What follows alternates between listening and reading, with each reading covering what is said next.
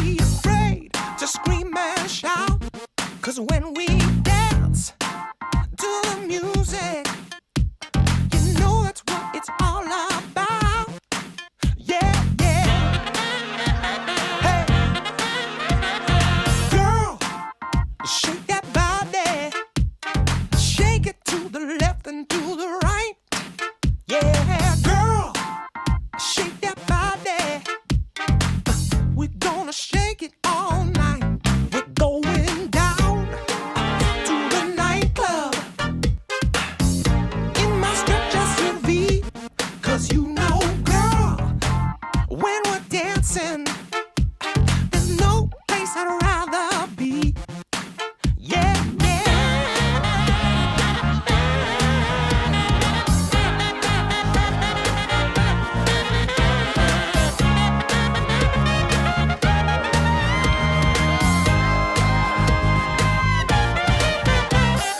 Girl, shake that body. Ooh, girl, shake that body.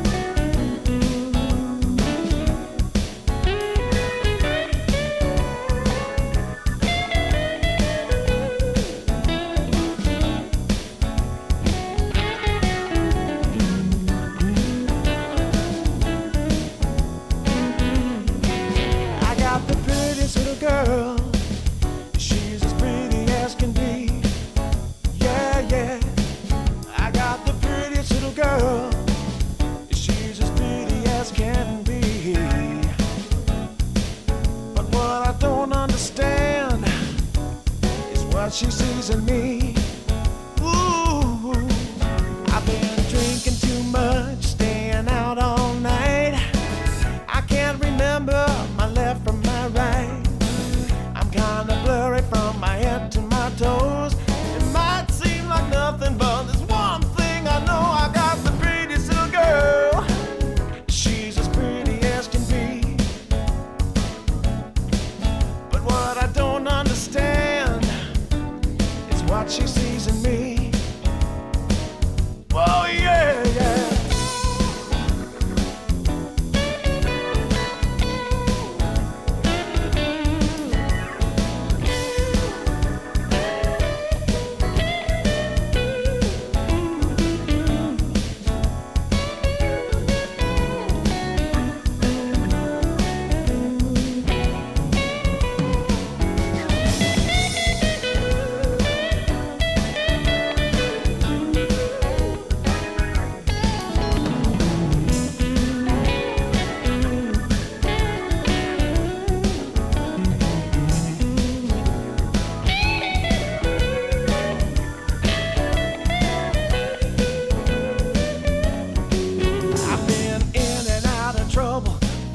Too long.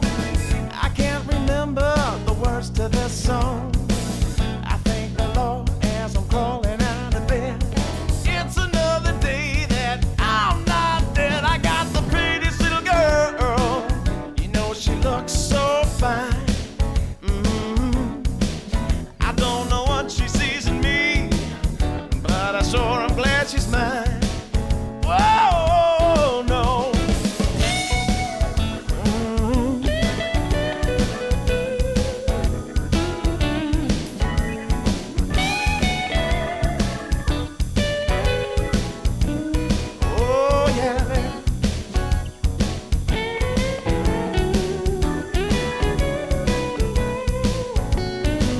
Oh yeah, yeah.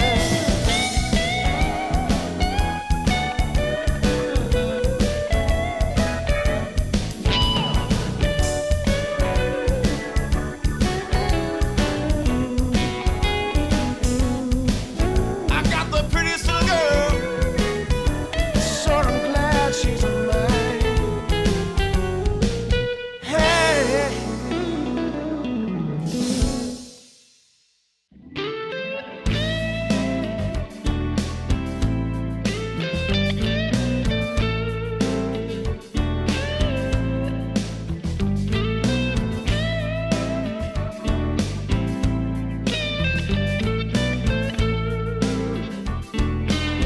I've been running from a dark cloud. It's hanging over me. I've been running from a dark cloud. It's hanging over me. I gotta find me an angel to come and set me free. Need to find me a little sunshine to wash away the rain. I need to find me a little sunshine to wash away the rain. It's the only thing I know that will take away the pain.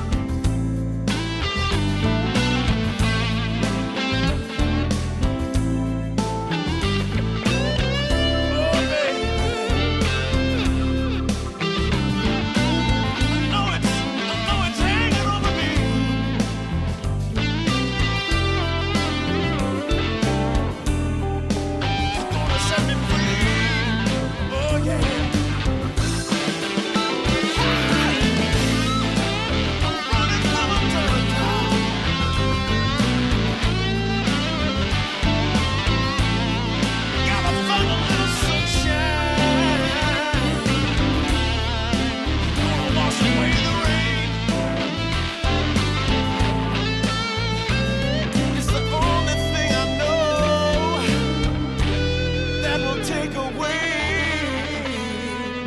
the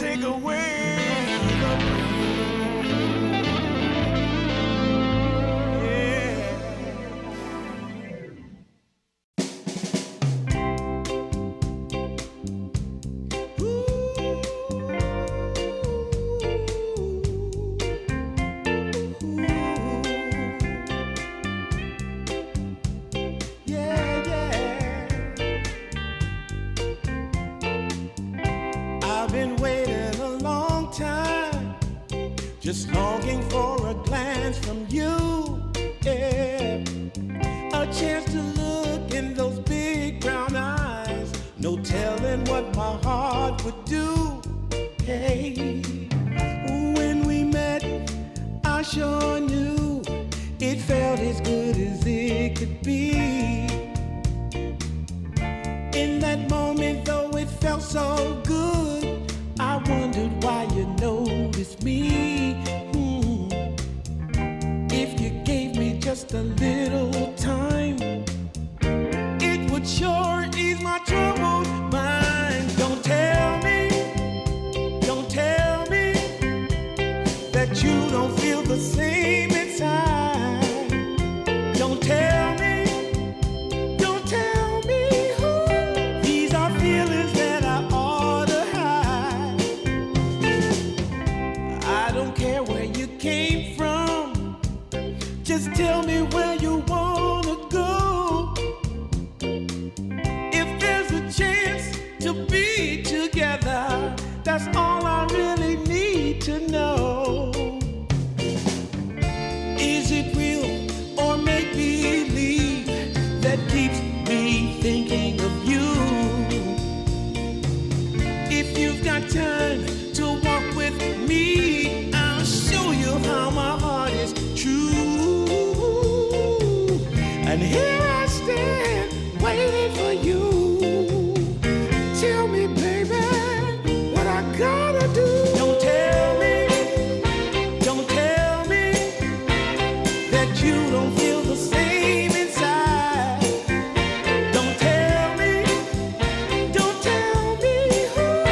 These are feelings that I ought to hide.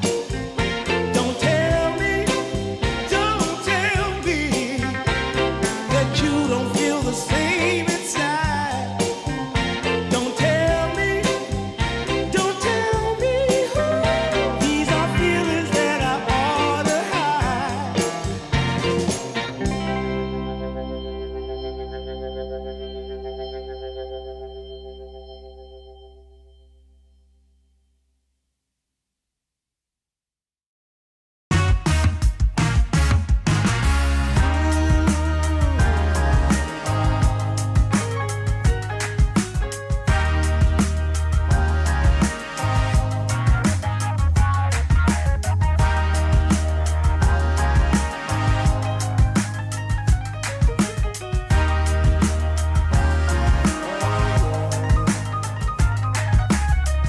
Turned on the dime when I saw you walking by. Something about you caught my eye, yeah. Ain't trying to waste my time, just standing in your line. Gotta take a shot before you pass me by. So you wanna be alone for a minute? Come on, tell me what's on your mind. I wanna know what makes you happy. I wanna know, can I make you mine? Ooh, I wanna know if you know that I treat you right. I wanna know, can I spend the night?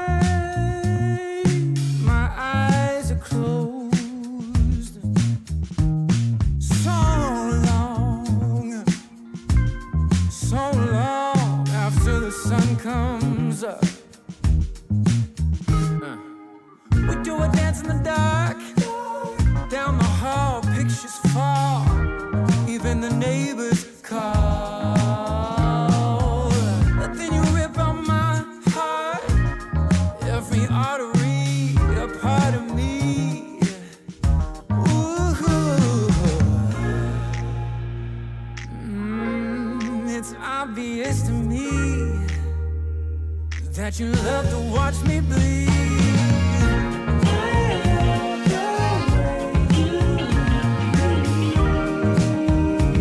But not half as much as I love when you leave. I hate to see you go, but I love to watch when you're walking away from me. Walking away from me. Yeah, yeah. I could be anything you want. I could be anything you need. Baby, tell me it's something real, and I'll give you everything. Every now and then wicked smile. You know I can't help myself. They play around with me for a while. Keep tearing me up until there's nothing left. Ooh, it's obvious to me. Yeah, you love to watch me bleed.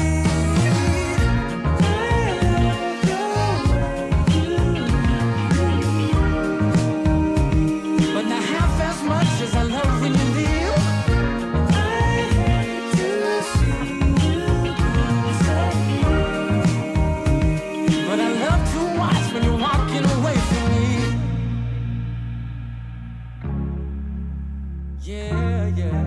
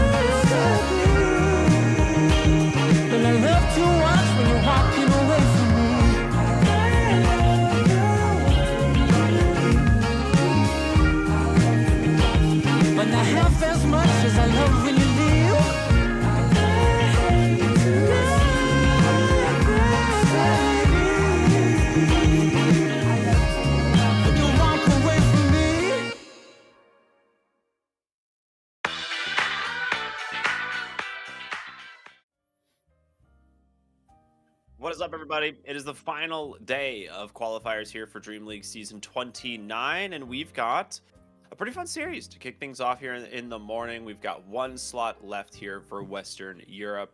I think maybe a little bit surprising how this bracket kind of unfolded for some people. You know, as they were probably coming into here like, oh, Liquid's probably the favorites. You know, they were going to easily qualify first slot, and here they are in that lower bracket fighting for their life before they can make it to that last slot. So we'll see what happens. Zach, how you doing this morning, evening, middle of the good night? Good night. Yes, of yes. course, that's what we'd be saying. Yes, I'm good. I feel actually decently rested compared to the other days, so I'm ready to bring it for Liquid versus Lynx. Liquid, I mean, they do have a stand-in, but also competition's tough nowadays, you know. Plus, there's a patch relatively new, so there's always a little bit of a mix-up. Maybe starting the DreamLeague curse a little early this time around. But they also, I feel like they broke that curse. Actually, they had some good placements in the last. The last one they did couple, well. I think. Yeah. So that's okay as long as you get there, you're good. But Lynx would love the chance to go. So they're also going to be fighting pretty hard here. Yeah, we'll see what ends up happening. Like you said, Lynx has shown up to be a pretty good team. It's like this squad has attempted to qualify for a handful of events. We've cast them in the last year or two, like in various things, and they're always right on the edge. This region has been pretty difficult, but I would say previously were fighting in Eastern Europe quite a bit. So they gave their hands at attempting the Western European qualifiers here. We'll see if it makes a difference. Maybe that's what they needed, just change regions to the absolute burger region that is Western Europe as opposed to Eastern Europe, you know. because it's so much easier. Obviously, sarcasm for all the people who are about to get really mad at me. But yeah, it's it's gonna be a tall order making it through Liquid even with the stand-in. It's I think Boxy is probably one of the hardest people to replace in a team, right? Like it has no shade to Eki at all. He's a great support. Boxy just does so much for this team, and so I find it's a really big pair of shoes to fill. Yeah, especially when it comes to like shot calling. I think position 4, I think 2 of the roles that are the hardest to change in the early game are the position 4 and the mid laner. And to an extent, the off laner, because they also have to function with the 4.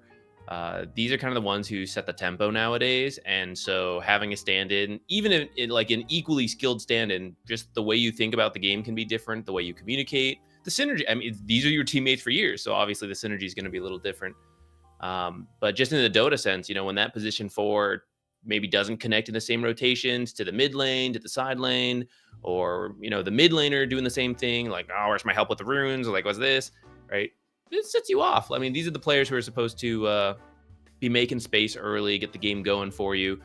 And honestly, pulling that out of nowhere because maybe I didn't even see the Liquid games. We were casting another region. I don't even know if that's their problem, but I do think that's the risk we can of gaslight having everyone a and different make them position believe for. it. I'm the caster, I declare. Yeah. It is what it is. Yeah, we have so much power. It's unbelievable. We say stuff, and all the viewers just believe it is fact. And the ones I that say don't that in the believe us mirror get- as I get ready to Yeah. cast. I'm like, I have so much power.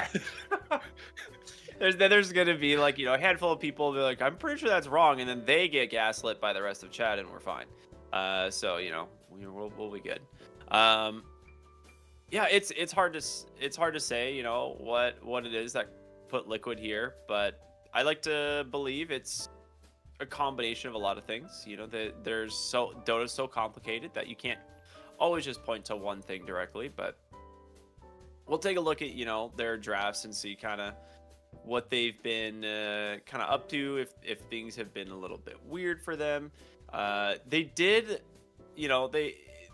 win their first series, right? So they won their first series 2-0, then they dropped to Na'Vi, which, to be fair, Na'Vi has looked pretty good over the last year. Like, this is a team that has been like sometimes hot and cold, but they have had some pretty good placements as well.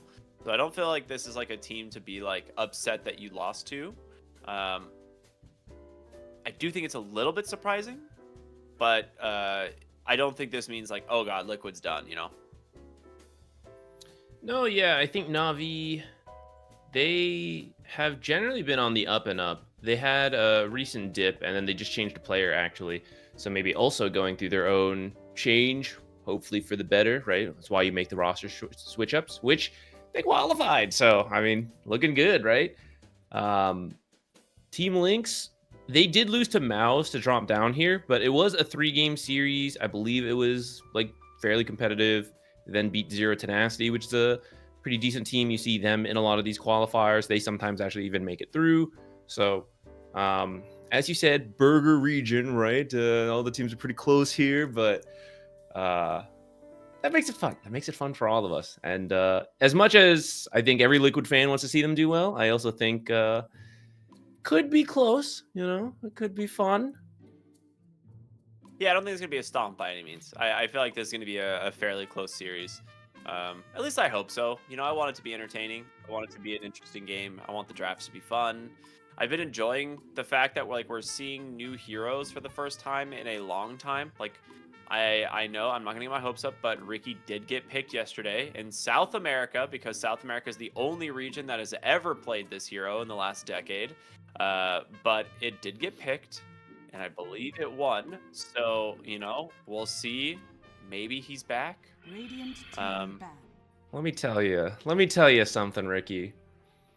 I know we're casting a South American game when like you could, without knowing the teams, without knowing the players. If you show me a draft, and I'm like, okay, 80% of this makes sense, and then this last one absolutely baffles me. That's an SA draft.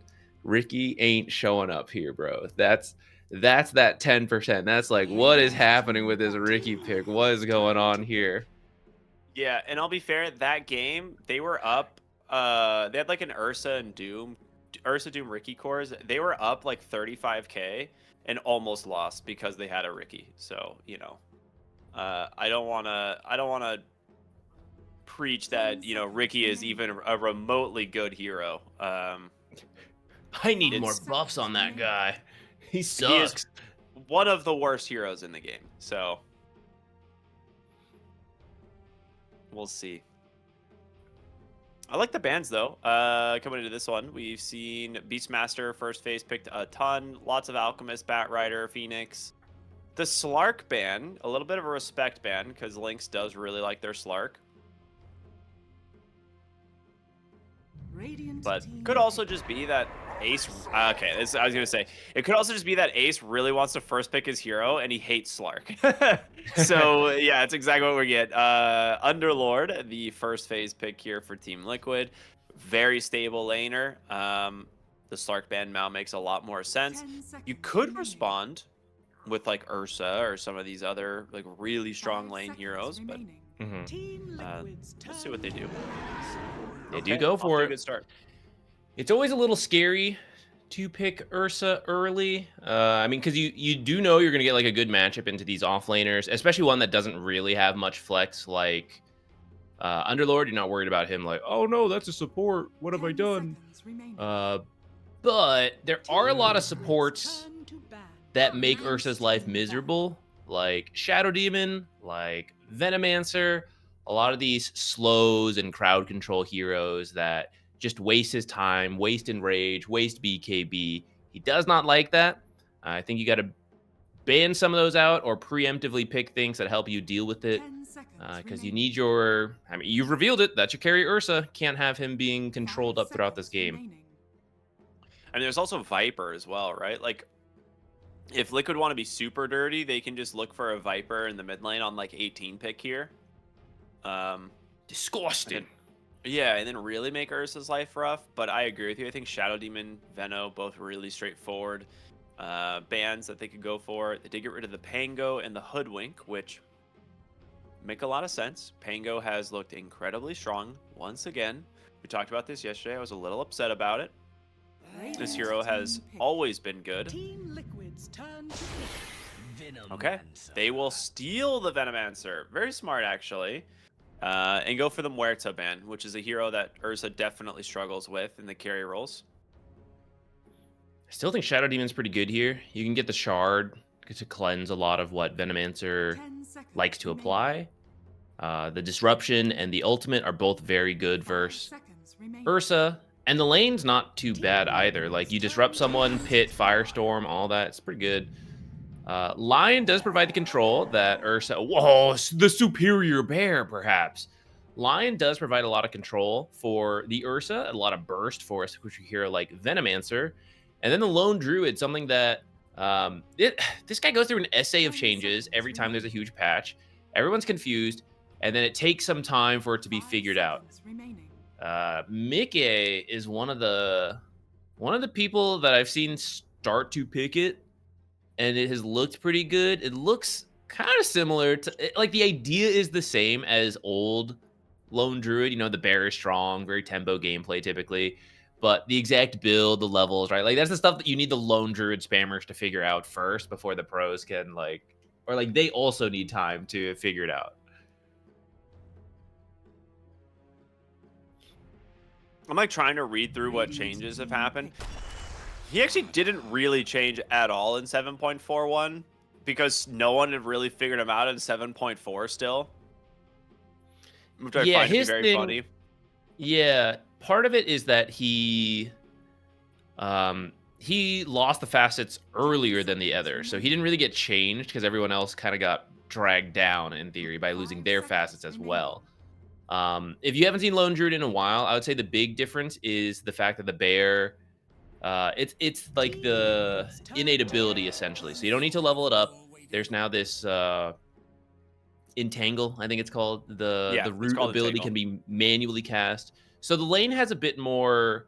There's less like Lone Druid tricks, like, oh, save the level up and all this stuff. It's now just straight up 10 seconds. abilities and regular using hero it with well. normal Yeah. abilities, The bear levels up on its own. I like this response because you still have the weakness that the bear, if the bear dies, you kind of suck, you know?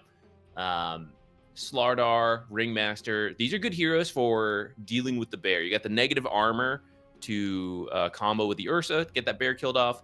You have the Impalement Arts, which does a lot of percent HP damage, which the bear, I think there's like 1,500 to start. So bunch of damage to hurt that bear, and it should be laning against him, because that's, I imagine, position 4 Ringmaster. I'm trying to see if I can find the stats on the bear really quick, just to get an idea of like how strong it is, like per level. It's still pretty strong. It has its own talents now, which is cool. Yeah. Yeah, that much I do remember. So that's 4.5 agility gain. Okay, so I was like trying to figure out how much armor this thing's gonna have. So yeah, it does have a decent amount of armor gain, which will help quite a bit actually, against the Slardar and the Ursa. But he's gonna need to invest in armor on either the hero or the bear, potentially both. Storm Spirit comes out. Actually, a very good Storm Spirit game. Ringmaster, Venomancer do literally nothing to this hero. And Slardar, Ursa, gonna be difficult for them to keep the Storm in place long enough to actually kill him. So now you're just gonna ban out some of the rough matchups to get rid of the Huskar. Probably Ember Spirit would be a good one as well, because he's like a natural vessel builder, which is good against Lone Druid and Underlord, and he's decent enough against Storm Spirit. Team Liquid's turn to ban. Did you ban out Shadow Demon since it wasn't picked up prior to this? It would still be really good. I mean, you got even more things to dispel now. Slardar, Corrosive Haze. Defensively, your ultimate can remove the box. Really good there. 10 seconds What remaining. other tempo hero can you go for? Because, I mean, if you have Lone Druid, that's kind of your thing, right? Really strong early to mid game. You drop off in the late game because the bear can be killed easily. You kind of like switch to rat mode at that point. And then as you get to ultra late game where you're like, yes, now I truly do have 9, 10, 12 items, you know, then you kind of rat back around. 10 seconds. But I don't think you plan for that. You typically plan for the early portion. 5 seconds remaining. Team Liquid's turn to pick. Man, I actually thought about Oracle earlier. I was like, you know, Liquid's a team that likes the Oracle. I wonder if they would consider it, but I'm so Largo Does? pilled. I was thinking of another dispel besides Shadow Demon. I was like, Largo? Like, nah, Largo doesn't work. Can't think of anything 10 else. seconds remaining. literally nothing else in the game. 5 seconds. Yeah, you need remaining. something to probably lane with this carry Lone Druid. In terms of what that is, it's gotta punish Slardar Ringmaster.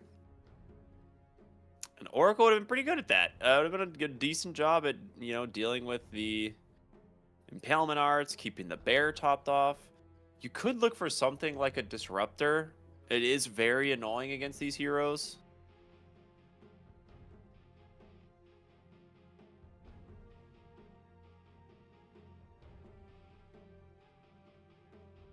There's also Pugna, actually.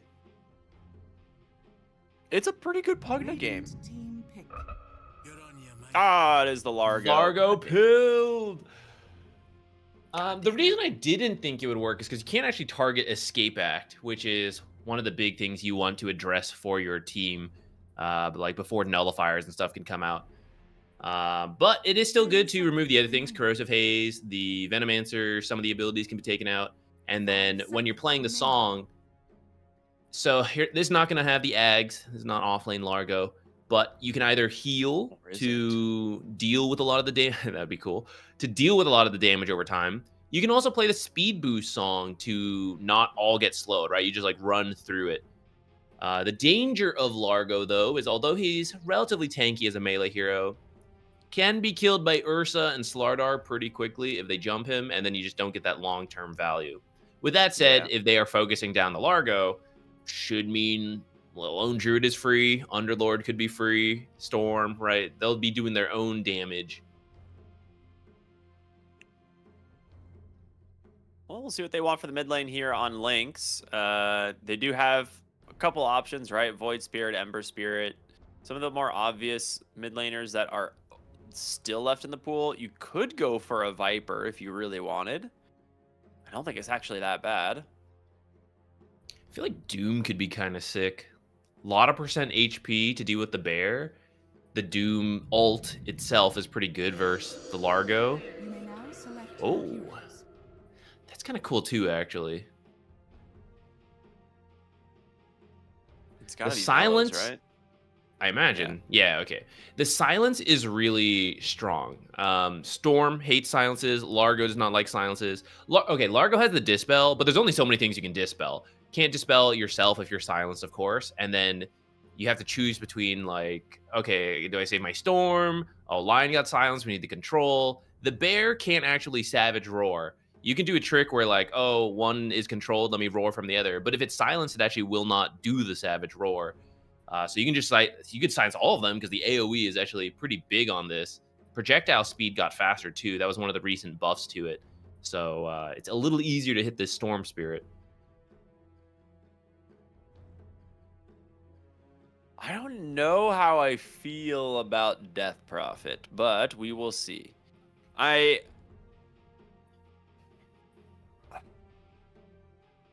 It does have a couple things going for it this game, which I would say one of the big ones is Escape Act, actually keeping the Death Prophet alive. And that is like the #1 thing with Death Prophet is she has to be able to survive some of the initiations to be able to kind of cook the fights with Exorcism and everything. I just don't have a good read on the amount of damage Lone Druid does, right? I think that's the Don't hardest worry. part about like understanding this matchup is like I don't think anyone has a good read on Lone Druid really. Like we don't really see this hero, don't know how much damage it can do, or not do. Like if this hero somehow like actually is just putting out tons of damage, then I really worry for Death Prophet. But if this is like kind of a slow burn hero, it's a great matchup for Death Prophet. Don't worry, I've got you. I've been playing Death Prophet support and Lone Druid support. I am I see. prepared for this game.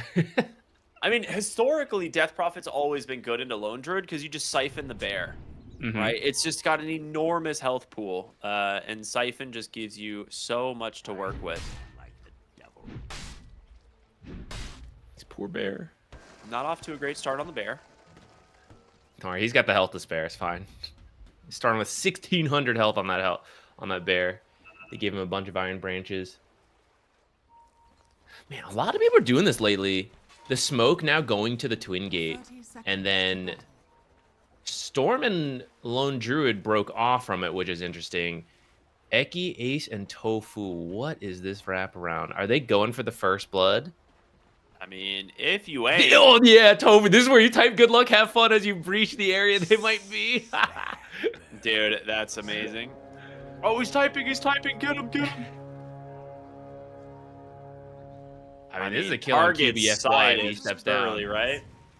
Eki goes in. They're gonna find the Ursa. Big tame the beast though. Onto 3. Good pullback from the Largo.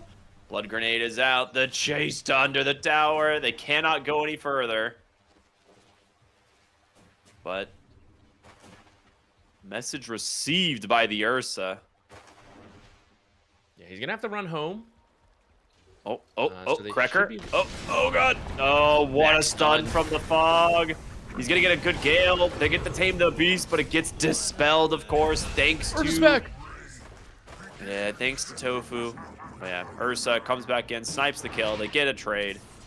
But first blood, not bad for Liquid there.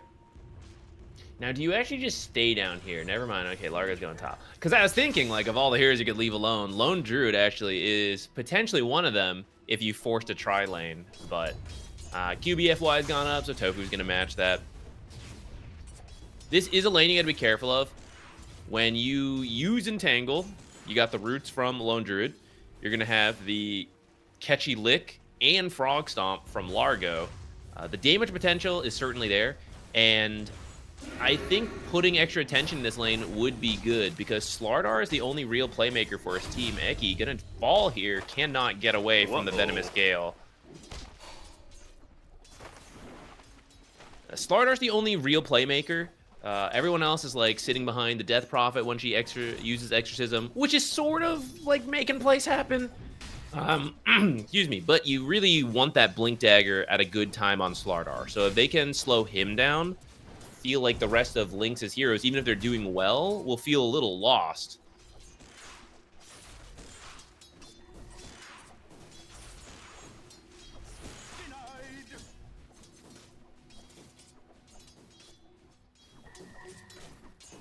Nisha got that bottle delivered, and he is going to grab himself a water rune right away. Did I really want to watch this like lone druid lane? But I know it's not the exciting lane. I feel like, you know. It probably shouldn't be. Now that the bear, so to refresh you guys, the bear is kind of its own hero now. It can teleport. It's kind of always had that.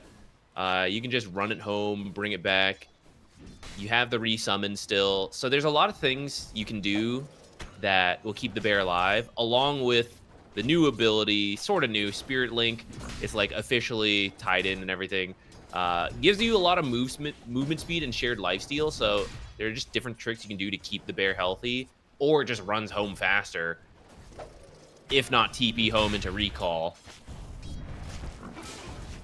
There's your there you go for the entangle play there. That's exactly what you were talking about. That frog stomp entangle. So could be the exciting lane. Yeah, for those of you who are wondering what just happened, he basically activated entangle on the hero. The bear passively applies 1 stack per auto attack, but he can activate it to make his hero apply entangle stacks as well.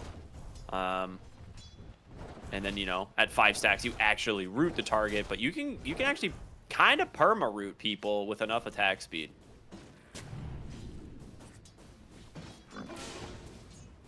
Something that could be cool here. It's going to take a while to get there. I don't know if we're even going to see it. The Aghanims on Lone Druid is now a BKB piercing root when he uses the entangle. So that could be another form of control that Ursa hates. I mean, anyone who buys a BKB would hate, but Ursa especially. Like, anytime you are not doing what you want to do in fights is a danger.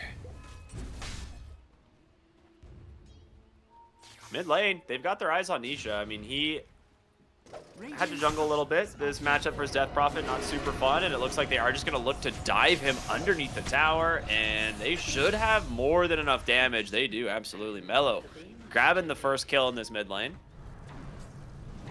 Drags the creep wave around too, so Storm going to end up losing a lot of XP here. In the same way I highlighted Slardar, Nisha is the playmaker for his team. Now, he doesn't need a Blink Dagger, so even if you slow him down, it's only going to be for like a minute before he can hit 6 and look for plays.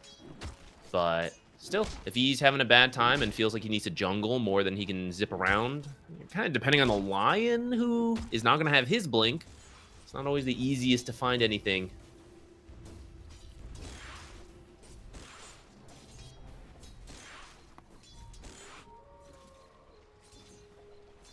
They're looking topside, pinging out the Slardar, like, yeah, should go for it. Radiant are scanning. Just being careful on that Slardar. Are scanning. He's got boots now. It's hard to run him down unless he steps up pretty far. QBFY looking for the Storm. Nisha positioning on that side. Veno's here too. They really want to slow him down. Yeah, they're bringing the Largo mid. I think he's realized, like, guys, they're about to dive me. Dire's structure. Pretty sure they're about to dive me. Even if they don't dive him, they have Exorcism on the tower. QBFY actually gets found by Largo. Gets quite low, but the Strongman Tonic's going to keep him alive. And with the Venomancer here, they'll continue to just try and zone them out. They've got the Exorcism running on the tower. And it's going to... I mean, it looks like the tower's going to die. There's no way they're defending this at this point. They're trying so hard to tank the tower. It's like the catapult is about to go down, and yeah, That will be the tower. Did it 6 minutes to the first exo. Beautifully done here from Lynx. And she got a shield rune. I don't think you even need to save this till Exorcism. I think you could probably just dive someone with it with Spirit Siphon because you're not worried about Nisha's rotation. He's so slowed down. He's low on mana. He's not 6. So you could just dive this off lane is exactly what they're looking for. Yeah, they want Liquid the Wisdom reads Shrine. They're trying to back out. Ace maybe didn't get out fast enough, though. Here's the dive. I was like, I think he's baiting. It has to be. Is Yeah, he? in comes Tofu. Nice save, but Ursa, okay. level 6 with the Enrage. He's going to be able to bail himself out of danger there. The problem is your Storm Spirit needs to be level 6 to show up to this fight, and he's not going to have it. He's trying to The kill creeps as 4-hero fast as he rotation. can. Yeah, they get themselves the Wisdom Shrine. Not as strong as it used to be, but still very important to take the first Wisdom Shrine away. The support's going to be starved for experience. It still gives you that window where the supports are higher level, which is going to be pretty big here. Largo and Lion, they like getting their level 6s early.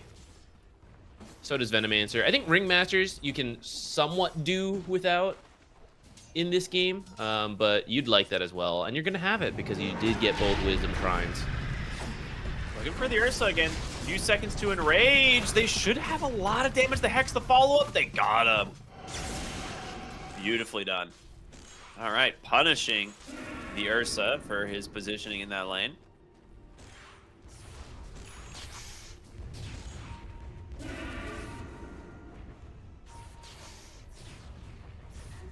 Something going for Liquid is that Lone Druid has been left alone. So top of the CS, net worth pretty high. If it wasn't for Death Prophet getting such early towers and kills, he would be top net worth.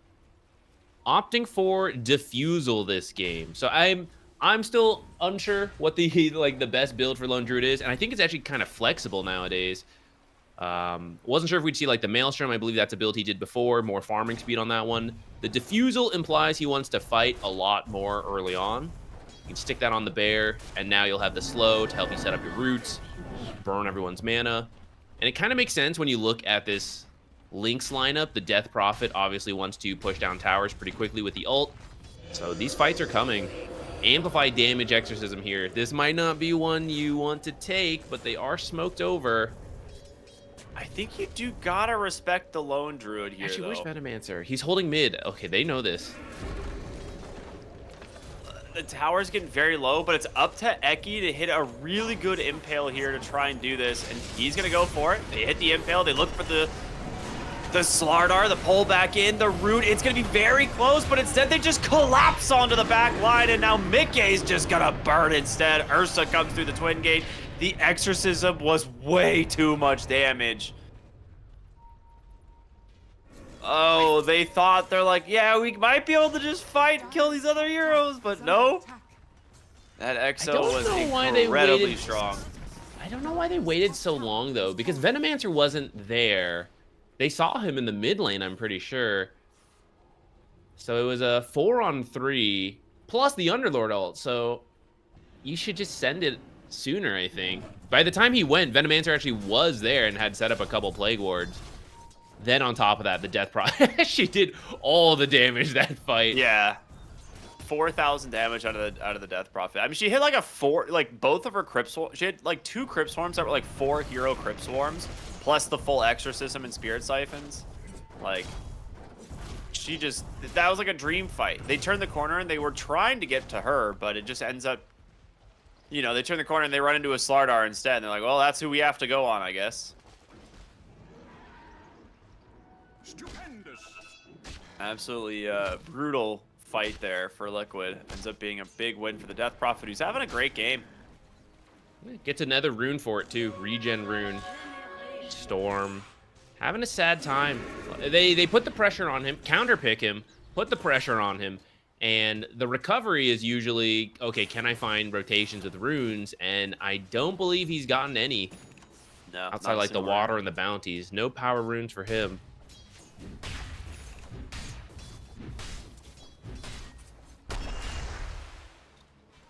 Or it's like when one of the side lanes is pushed too far up, you can like play to TP into the tower and then like zip into to like gank them. Radiant But are scanning. the bottom lane hasn't really been pushed up to their tower, except for the one time the Ursa did actually die to the double support rotation. And top lane, it's, you know, you don't really want to bring the fight to the lone druid's lane. So it's And it's been they rough. want this Ursa to be safe. They've actually got a lot of observers down here, plus the Veno holding it. They really think Ursa's the next target. But instead, it's actually Nisha. Ooh, Catchy Lick actually What saves a him from Catchy getting Lick. hypnotized. He has 20 wand charges, I believe, to play around if he needs, so he should be okay. Lone Druid doing a lot of work here, but it's just so much damage out from this corrosive haze. Just chews right through the Largo. And the bear, well, Double that's a stun. resummon. You just be very careful. Finger of Finger. death from Eki. He ran the numbers. Oh my goodness. Diffusal. Gonna hold this Slardar in place. Just one more attack for the entangle, and he's got him. Good micro there from Mickey. Barely keeps his bear alive, and Storm Spirit's back. He really wants to try and punish this. Now he will find Mello, who does have some Spirit Siphons to play around. He needs to be able to take this rune away from him, and he will. Silence misses. Yeah, silence off the mark. What? No, That's Tofu fine, that's gets fine. the wrong one, but they got him. It's okay. Nisha. Has fallen. All right, that's Getting some Diffusal. revenge. Diffusal finished at the perfect time for that to help them get some Yeah. kills there. Is under attack. Much needed for Liquid because they were losing a lot of momentum and towers. Which bottom did fall in all of that, so there was a cost. But to kill the Death Prophet and break some of her momentum is important. They get some return damage onto the mid tower, though they won't claim it. I guess a rune over for Storm Spirit, though. That was a very short-lived Invis rune. At least you get the bottle refill. Yeah. At least he took it away from the Death Prophet, who could have very much lived if she just picked it up, right? So. I am curious when Ursa wants to get involved. I mean, not yet. Well, hold that thought. Uh-oh. Oh, this time Catchy Lick Catchy doesn't Lick save not him this saving time. him. Nisha. Oh, maybe it did. He'll live. Okay, okay. Gets thrown the little frog buff, the Polywog amulet. Is that what it's called? I don't remember. Ribbit. Ribbit. That's the active. It's the Yes. Polywog charm. Polywog charm. Thank you. Yeah, it's I mean, it's decent amount of regen to be able to throw on allies. Radiant are scanning. Yeah, right before that, I was going to say Ursa has been alone in a lot of this. Farming Yeah. quietly, trying to be the best bear he can be. Has his Battle Fury and is working on that blink. So a lot of this has happened without him. It's just been behind the Death Prophet. Slardar's blink also getting pretty close to finishing. He was having a bad time in that lane, but the Death Prophet rotation and that fight top really helped him recover. So they're going to have some nice timings together here. But you've got to actually find kills with that. Like, if you buy these double blinks and then just can't find anything, that's where it's sad. And it's hard because all the tier 1s are down. Those are the easy ones to push up to with Exorcism. Now it's like, tier 2 at 15 minutes? Yeah, it's tough. That's where you overextend and you throw. So you're hoping to find these kills outside of the tier 2s. And then you go from there. Oh man, your fresh obs ward that you just placed bottom is gone. That hurts.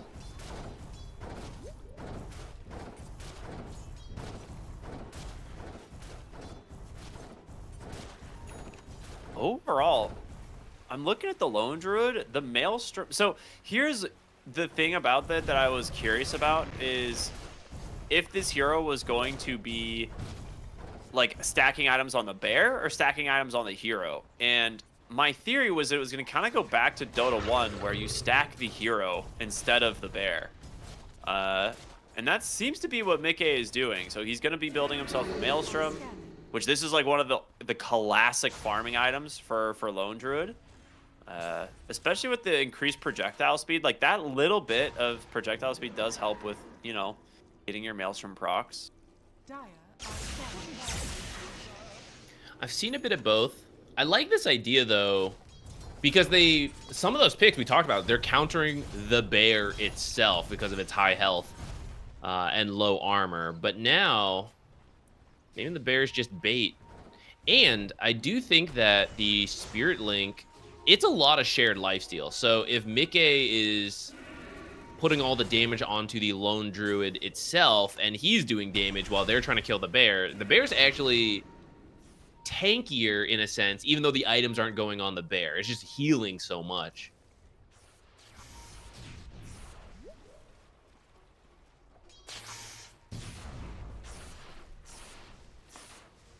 Now, he did get the... I will say, for the Lone Druid, you get the double neutrals that they can both individually use. Some extra micro. But he has the medallion. That'll speed up his jungling. And it could open up Roche pretty early. Which I think you want, because both teams, you got Exorcism and Ursa, plus Slardar on Lynx. They would love to find Roche on if they can. I imagine they'll think about it as these blinks are finishing up. But if you want to fight on Liquid, you could try to go for it with this double medallion Lone Druid. Yeah, that's what I was gonna say. I feel like Liquid's Roche is actually pretty good as well, because Lone Druid has always been like a pretty solid Roche hero. And I feel like this Lone Druid is gonna be doing a ton of damage. Not like an Ursa, but I don't think it's bad. Death Prophet almost to a BKB, so just straight Atos BKB for the Death Prophet this game.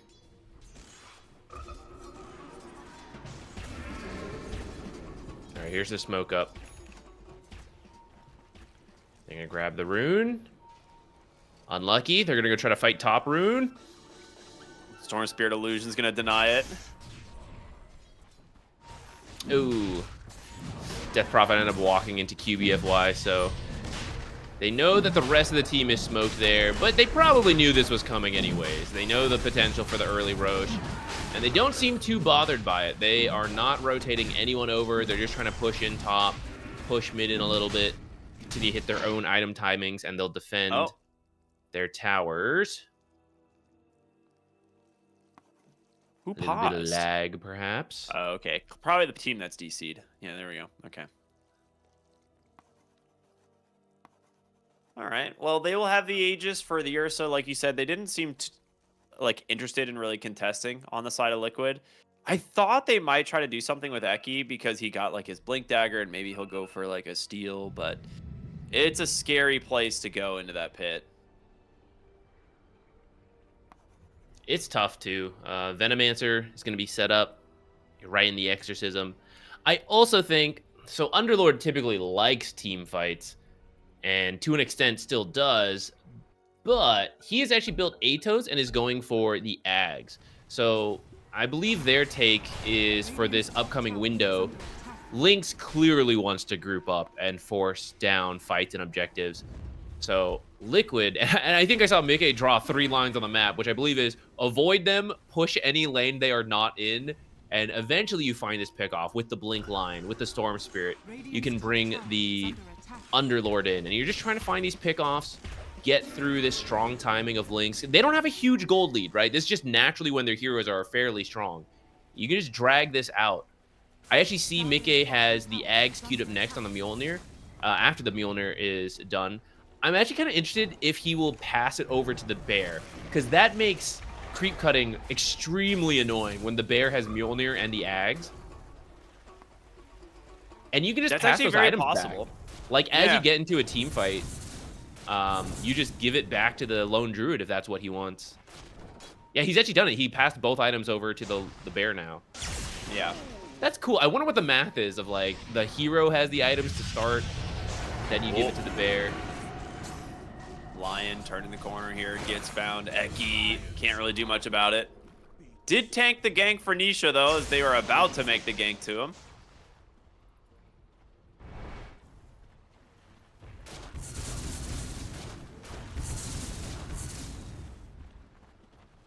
I think now it's just like a safety thing. He's like, all right, I don't want my hero to be like on the front line. I want to just have my Bear like in the lane farming for me, right? So Radiant structures are fortified. A shard for Venomancer. Nice to have, but it's not that stun anymore, which could have been great versus the Radiant's tower has fallen. Catchy Largo look. dispels. Yeah. The extra Plague Wards are nice, but not that impactful, I would say. Dude, double fluffy hat. Huge on the Veno. He's got Gotta deal one with for that each of his little weakness. serpents on his back. They get to both wear a hat.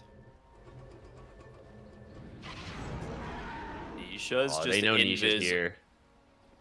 I think he passed by a boy. sentry. They know he's here. They have detection? They don't. I thought this rotation was to get him. Okay, they gave a sentry over.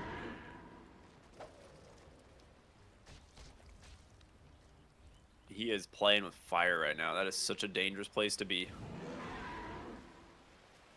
I think it's just gonna be a quick lane cut and then back to farming safely on the map.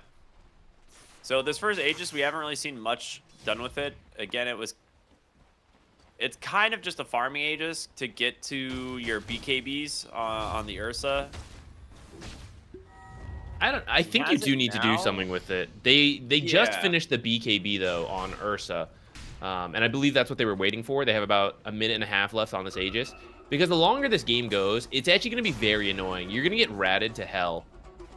And you don't have the greatest heroes at dealing with it.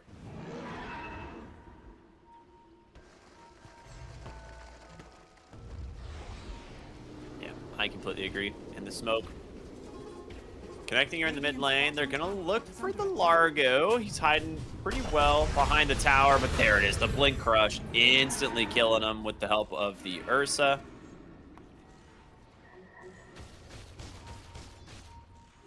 It's just a support though. The last few kills for Lynx, just the supports, haven't been able to find the big hero kills. Dire structures are fortified. At least this tower can't run away from them though. Eki's in trouble now. Gonna try and TP. The Slardar came in, and he will make it back to Radiant's safety. top So tower is under attack. Slardar's just gonna go mid, rejoin his team. They want to try and defend this tower. You can start chipping down with the Underlord. Does have a Ghost Scepter. They actually bait the Ursa in. They don't want to try and commit thanks to that, you know, Aegis, but we'll see what they can do. Root them up for now. Mickey, his bear's just dead instantly. He's going to go for the resummon. They're getting quite a bit of damage out the jump in. Great Earth Spike, Finger of Death. They need to kill off the Ringmaster, and they will. All right. Holding that tier 2 tower as the Exorcism Radiant's finishes, top tower and is under it attack. only really cost them the bear resummon. That's pretty bad. That's not bad. Yeah, there's even a talent to reduce the bear summon cooldown, which he took minus 25 seconds. You hold off the first Aegis. Don't even end up losing the tier 2. Liquid's going to be pretty happy. They're playing this stall game. Now, the bear is worth a good amount of money, so you at least got something out of that. But I think one of the key timings here is that Mickey is about to finish the Ags, and I believe the split push is about to get even more annoying.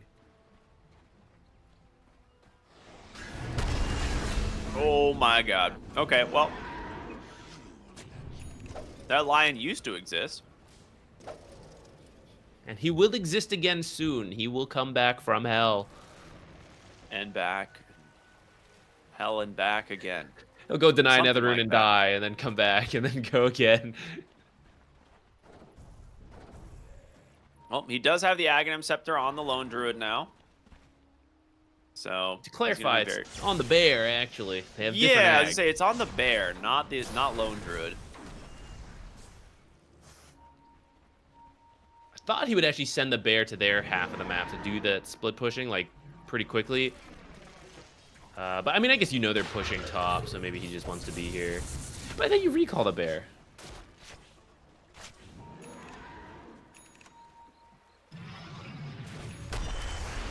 The bear!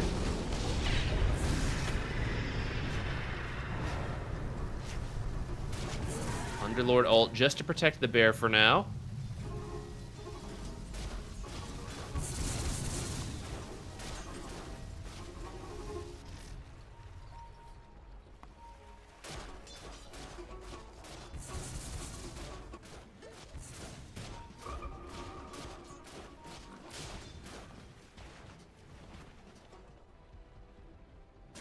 just passed by Death Prophet down here. Are scanning.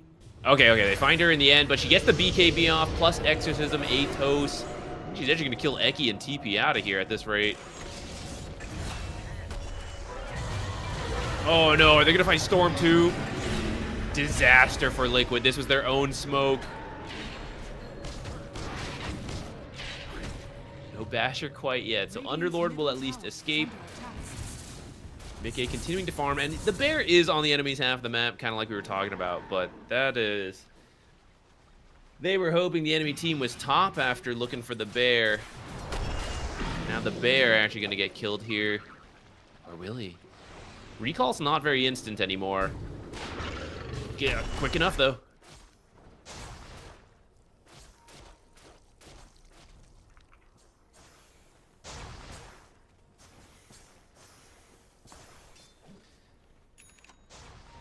Now what's the next item timing for this lone druid? He's I meant Ursa. Ursa is tired of people TPing out in front of him.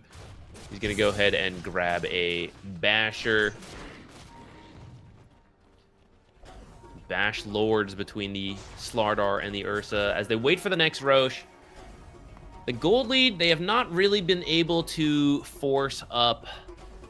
Liquid has been doing their best to avoid. They've bled some kills here and there, but you see the kill score is pretty low, 12-7. And it's actually Liquid in place for the Roche respawn. They find Krekker, who's been holding this down here. He's been doing a little bit of a greedy build, going for the Ags, which is very good control, and the percent HP damage is quite good versus the lone druid, but doesn't synergize that well with his team that has been more physical damage focused. Kind of curious how that's going to connect together. Ghost Scepter will buy a little Zach. time. Hello, I Ricky. returned. You know, sometimes you're Much just like trying Ryan. to watch some Dota 2, and then your ISP does a forced firmware update on your modem, and you just lose your internet. You know, very neat. That's where you pause and say lag. Yeah, if I was the player, no problem. Is under attack. But we back.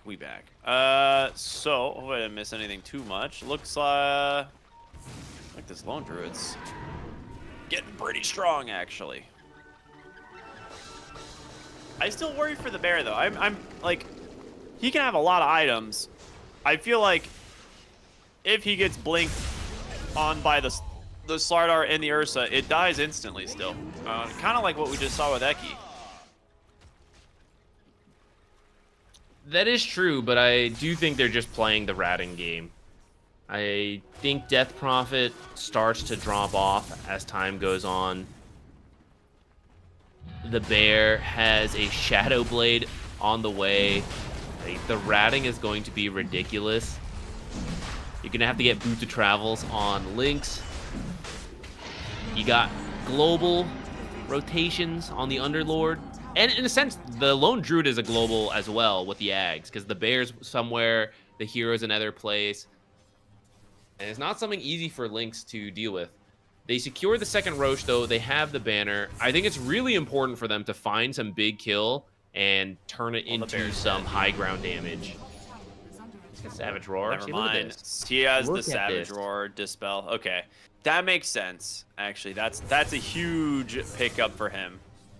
This is the next 30 minutes of Lynx's life if they do not break high ground in the next 10 minutes.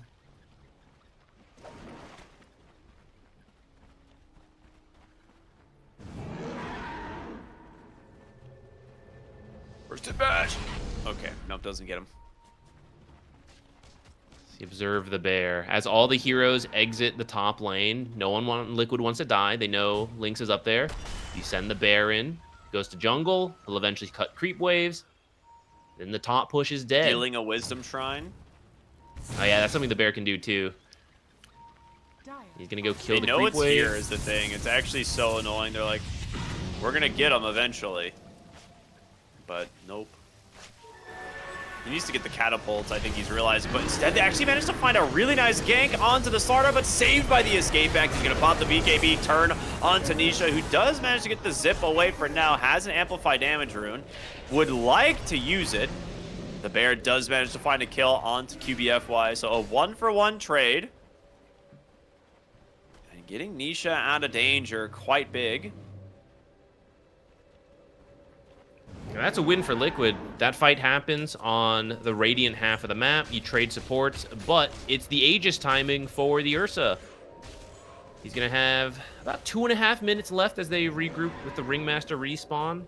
So if you find Without another an trade here and there. as well. Yeah, which Mickey... There's no way. There's no way, right? This might work.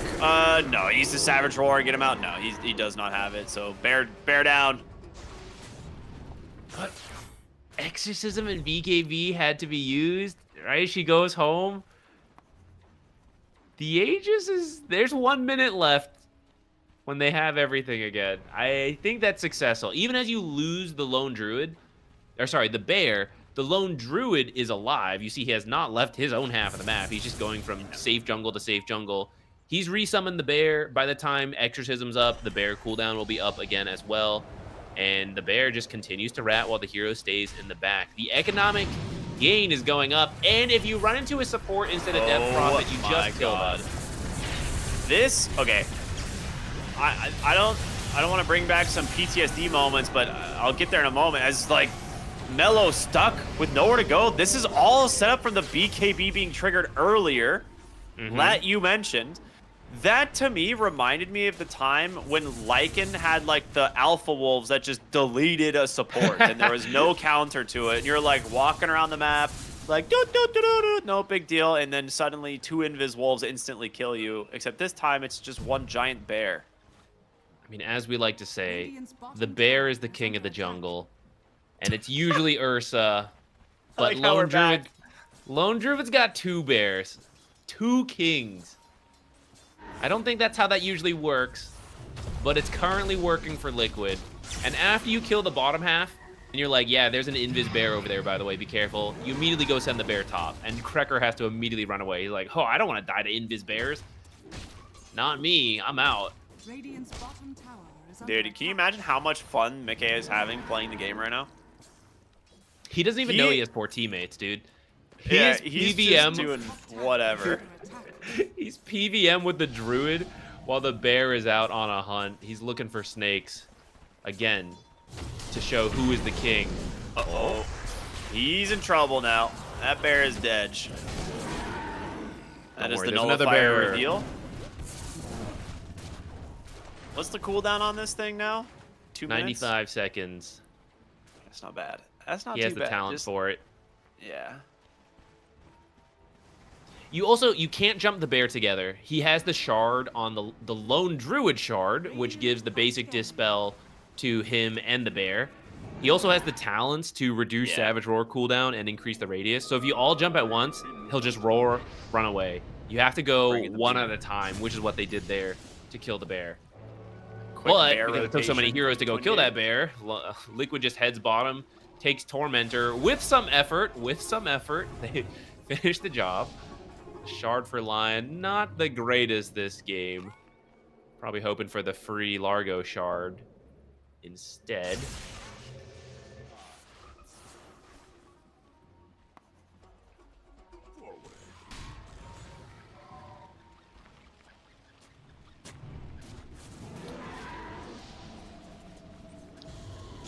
Bear top looking for an opening. They find the Ursa. The Hex comes out. Nice escape act comes through. Now the question is, can he stand his ground against the Ursa? It's not looking good, and that means no Lone Druid for the remainder of the fight. They get the Exorcism out. And with this, it is time to disengage.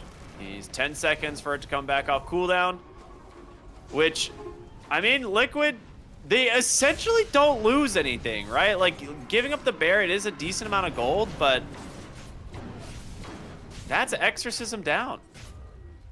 Here's the hard part. This is when Lynx needs to go, right? You have to kill the bear a second time to do meaningful damage so that you can do more. At that point, the Lone Druid just takes the items themselves, like, fine, I'll play the game. But, like, it's still your better chance. But they use cooldowns to get it, so you scatter, and then things like this happen, right? It's like, the second bear, you know? Comes and kills me. Bear revenge. All right. We'll see what they can do. He's already, you know, he's got Savage Roar coming up in a second here, so he'll be able to dispel the bear again and get back to cutting waves. Looking bottom, seeing what he can find, but unfortunately for them, Nisha's the one getting found mid, forced to BKB.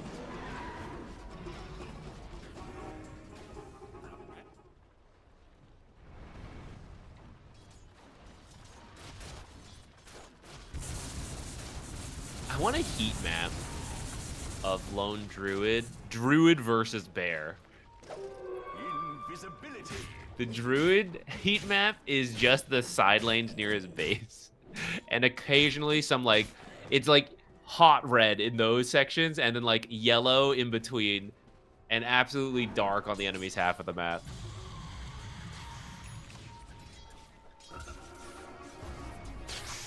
Be careful here. No BKB on the Radiant's Storm bottom Spirit. tower is under attack. I like that Eki is just following the bear. Because if you find the Blink Hex Finger and the bear is attacking a couple times, it's a pretty free kill, you know? He is just the it crowd is. control for the bear. We usually talk about, you know, like Nyx Assassin is like, oh, I want a global hero, Dawnbreaker, Sunstrikes. Like that type of idea. Like someone is scouting and then you have the global response. This time it's just the bear, you know? No one wants to deal with the bear, but you have to send multiple heroes. Because if it's one, the bear could kill him. If it's two, Eki could make the difference. But now you're having to bring all these heroes to just deal with the bear. Lion's trying to take some notes. He's like, I too would like to perhaps learn something about being a king in the jungle. Show me the way, bear. Radiant's top tower is under attack. I mean, there's always this like meme of like lone druid having, you know, 12 item slots. We're getting there. It's, you know, we're not in impossible territory for that to be the case. Like he is so farmed on Mickey. He's about to have his butterfly. Not about to. He's still got a little bit to go, but he's getting there. Crush, nullify. Okay, well this bear not looking super good. Impalement Arts connects. Savage Okay. Roar in 5 seconds. Yeah, it's gonna live. So this is the thing, right? The bear and Ursa have similar items at this point, and you see Ursa can easily kill the bear if allowed to hit it. That's why the late game is usually... Hold on, everyone is trying to run over here after trying to kill that bear. Can't save the Venomancer. See if they can look That's for double more. They know the BKB Storm and- has used BKB. Meanwhile, Mickey is like, I'm gonna get that tier 2 tower I tried a while ago. It's gonna go for barracks next. Oh, They never mind, need to bring get the bear. back. Yeah, they really do need to get back for this because, well, never mind. He's brought it to the other side of the map. He wants to fight. They get the Blink, the Abyssal Blade, the Hypnotize. They've got themselves the hands on Tanisha. He's dead. Mickey trying to find a kill onto the Slardar, but it's not looking good. Finally, the Pit of Malice comes through. And, oh, a very nice escape act. It's going to keep him alive for now, and he does get out. Ace going to come through that Twin Gate. They will grab themselves the Ringmaster, now looking for Mellow, and with nothing left in the tank of the Death Prophet, he is super dead. So they still managed to clean up. This is the thing, it always feels like you're winning a fight, and then there's like another bear, and then there's another bear, and then there's Fastest frickin' always... bear attacks. Yeah, it's just... Uh-oh, looking for Ursa. No BKB, Blink Hex from they Eki. got him. They got him. The king of the jungle They got bear. the fear. He's dead. Yeah, absolutely comboed up. The quick turnaround double kill for Mickey. They don't even know the Slardar's there, otherwise he'd be dead as well. That butterfly attack speed is doing serious work. Radiant's middle tower. And, you know, Demolish still exists. The NH for the bear. This hero does a lot of building damage. God. Radiant's And this is why everyone bans Lone Druid versus Mickey right now. Radiant structures are They thought they had a plan. I appreciate their plan, too. It's a pretty early game draft. They clearly knew what they wanted versus the bear, right? They had the Slardar, they had the Ringmaster ready to go. The bear did struggle a little bit. But at some point, you reach this ratting potential, and it's just so tough. And I do think Lynx's draft could have worked, but you can't really make very many mistakes.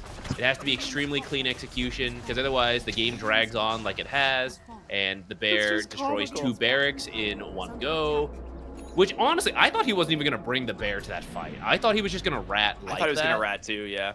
But, But it's just, he's level yeah, I mean, 25. it was for Roche as well, yeah. So they bring it back and then go. So clearly it worked out. What talents did he take on his bear this time around? He's gone all right talents, which part of the reason those buildings died so quickly. 20% extra demolish bonus. Who takes? Is the bear just holding the refresher shard? Or does the bear actually get the refresher shard? There's no way, right? All right, they've given it over to the lone druid. He's like 3 bears. He's like, just in case my bear dies.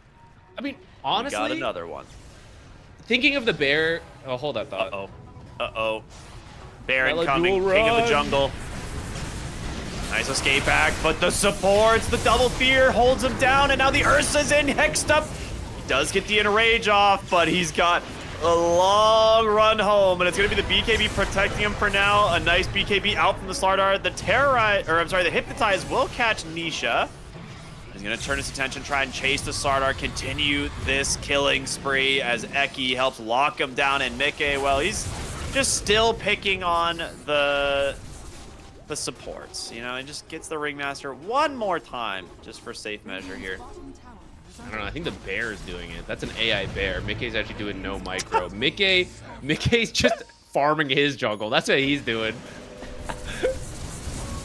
That is true. He has never once brought the hero to the team fights. He's just been Why? chilling. Why go? I didn't build the eggs to go participate. The bear's doing it. fallen.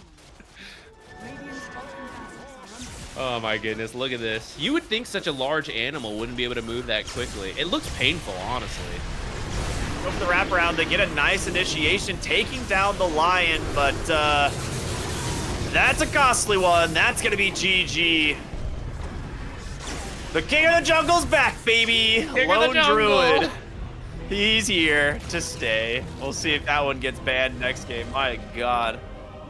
Absolutely. There's no way you play that game and then you're like, let's give it another go. Not with your life a on big the deal. line here with the tournament. It was masterfully done by Mickey on that lone druid. But the team effort as a whole, I think they knew what was going on there, right? And props to Lynx. They knew that lone, if they leave it in, this is the thing with trading, drafting, you got to give something. If you had banned lone druid, something else is going to get through, and we're going to see that in game 2.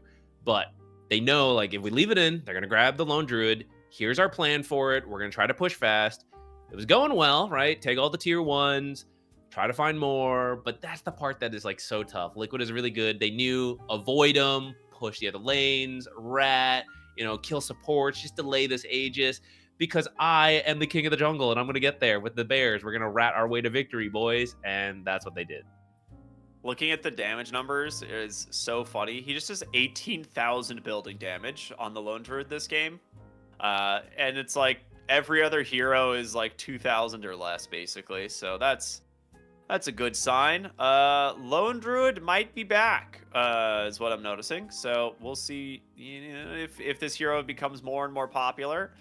Maybe this, I looked at this draft, I'm like, Slardar Ursa, there's just no way this bear can survive this. But he ends up going for the Disperser, has the double Dispel and the Shadow Blade, making it very difficult so that they can actually, stay on the bear and kill it. Even if they, take turns blinking, right? He uses the first Savage Roar to dispel the initiation of one of the heroes, and then he Dispersers the second, and he just Shadow Blades and runs away. And it's like, that looks really annoying. I kind of want to try it. Exactly. And the thing is, even if you die, you just summon another bear. In the same way we often talk about Aegis, right? It's like, okay, you commit onto the Aegis, you killed it, great. You don't have another Chronosphere. You use your BKB, you use your tools. There's a second life hero that they now fight you. That's what the bear is. As long as you play around the cooldowns, which is one of the downsides of Death Prophet, I will say. If you want to give this Lone Druid another attempt here, to beat it, once you kill the bear, you have to go again. And you can't do that with Exorcism, which is a very cooldown-based ability. So I think you need someone who just does not have a cooldown to just constantly run at the hero. Yeah. Very good game from Liquid. We'll see what happens, as we're going to go to a short break, and we'll have game 2 of Lynx versus Liquid in just a moment. Everyone stay tuned. We'll see you then. I'll go winter, baby, without your loving.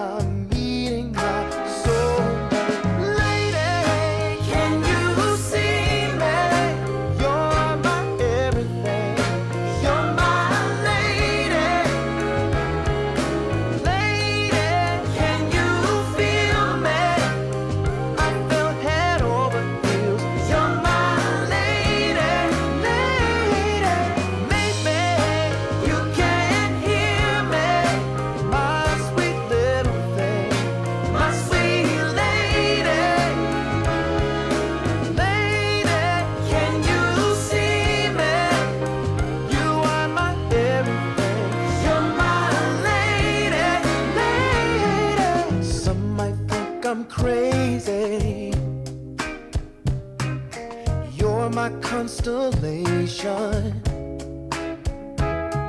My vision's far from hazy.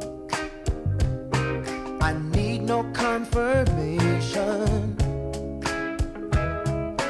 Take my heart and don't let it stray. True love and affection will come again another day. As the sight of your light always takes my breath away. Lady, can you see me? You're my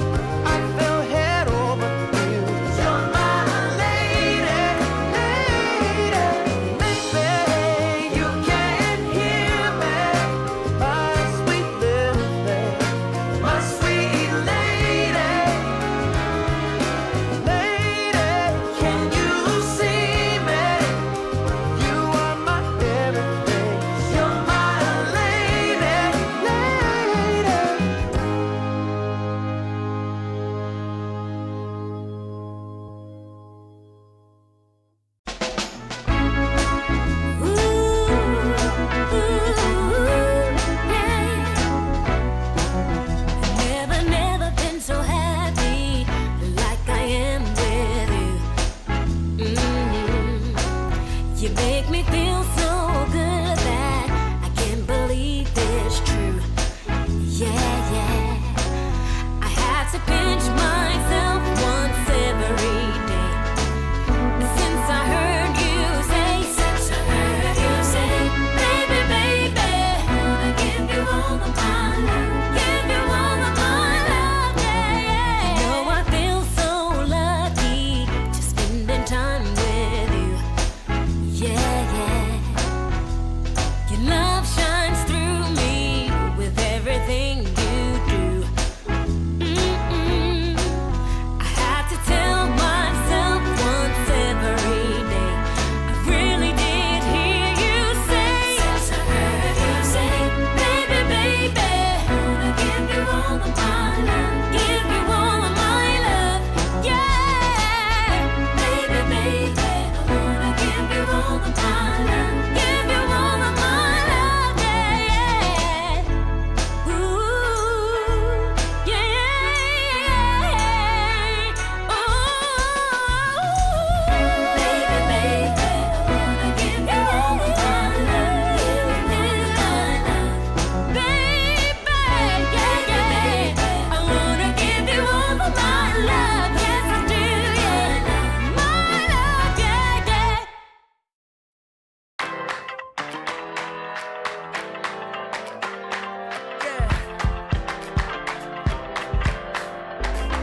You crack the ceiling. This love is an open sky. Can't shake this feeling. I want you know I can't lie. These doors are open. Welcome, darling, won't you stay? And you got me hoping. Forever's here, today's the first day. Welcome back, everybody, here to the Western Europe closed qualifiers of Dream League Season 29. It's the final day. One more team gets to qualify for the main event, joining the likes of Navi and Virtus Pro.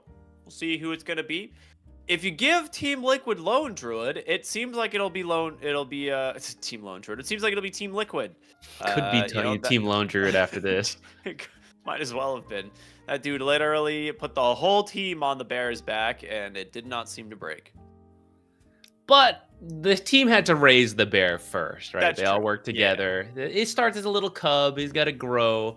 You got to feed it some items, and then it will take care of you in your old age, which is what happened. I think we will not see that here again in game number 2. I believe it will be banned. They had 4 bans. They did Phoenix, Batrider, Alchemist, Monkey King on Team Lynx. Those are all great heroes. Totally get it. If I had to pick one, I would take out the Phoenix. And the issue is, if they're first pick, they're only going to have 3 bans. And then I guess you can leave Batrider in because you can probably play it yourself, right? So take out the Lone Druid, take out the Alchemist, take out the Monkey King.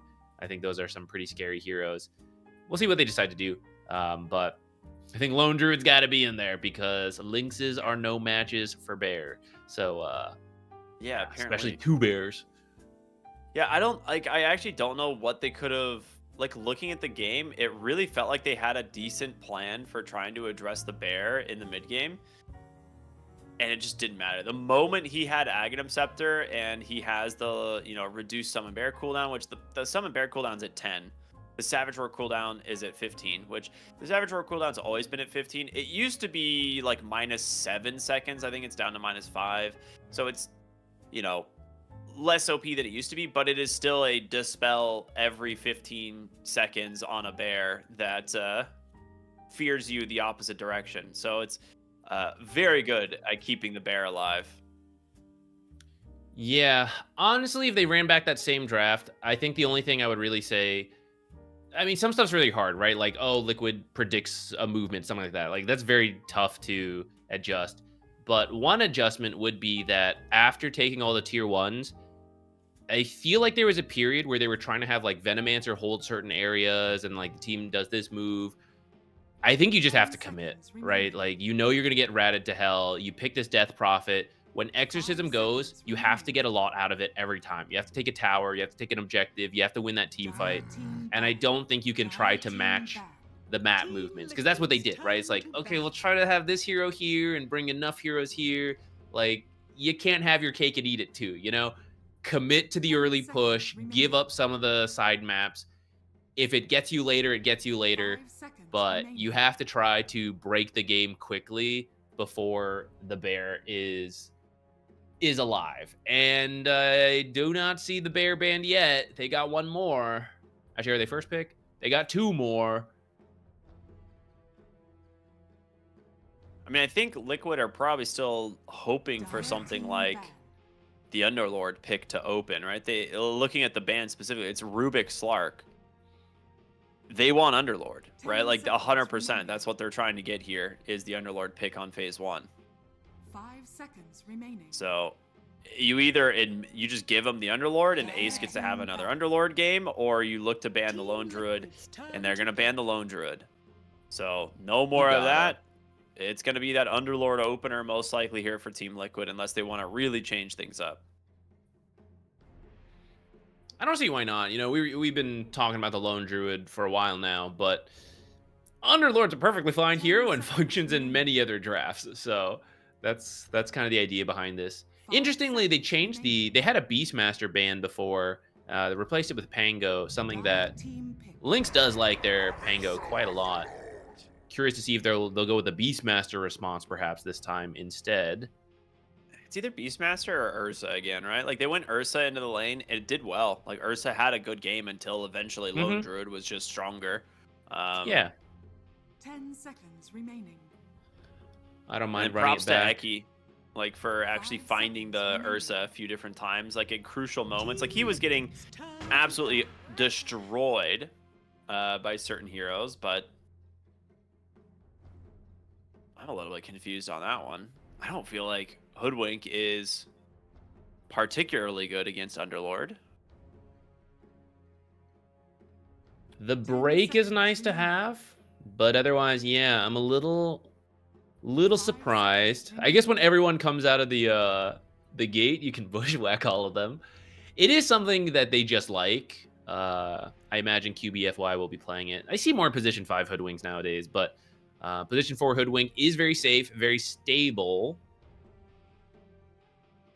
I didn't mind the Ursa. I wonder if they lost confidence in it. It really wasn't the Ursa's fault. It was, it was that Lone Druid more than anything, and the team play rather than the hero itself.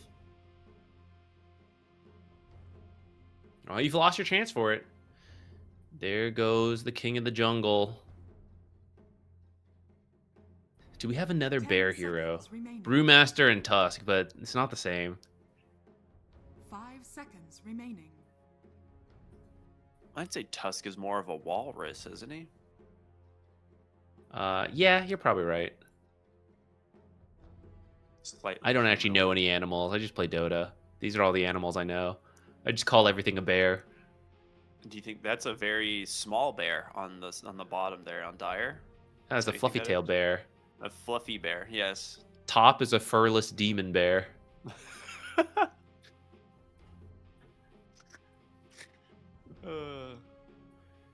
I want a hero with wings to get picked up, so you can try and tell me what that was. It's a flying bear. A flying bear. How do you think Duh. drop bears come about? First you fly up, then you drop. Beastmaster is still in the pool. That hero looks pretty good. Underlord is not bad at dealing with it, but it's still something you can play around that I think would be fine.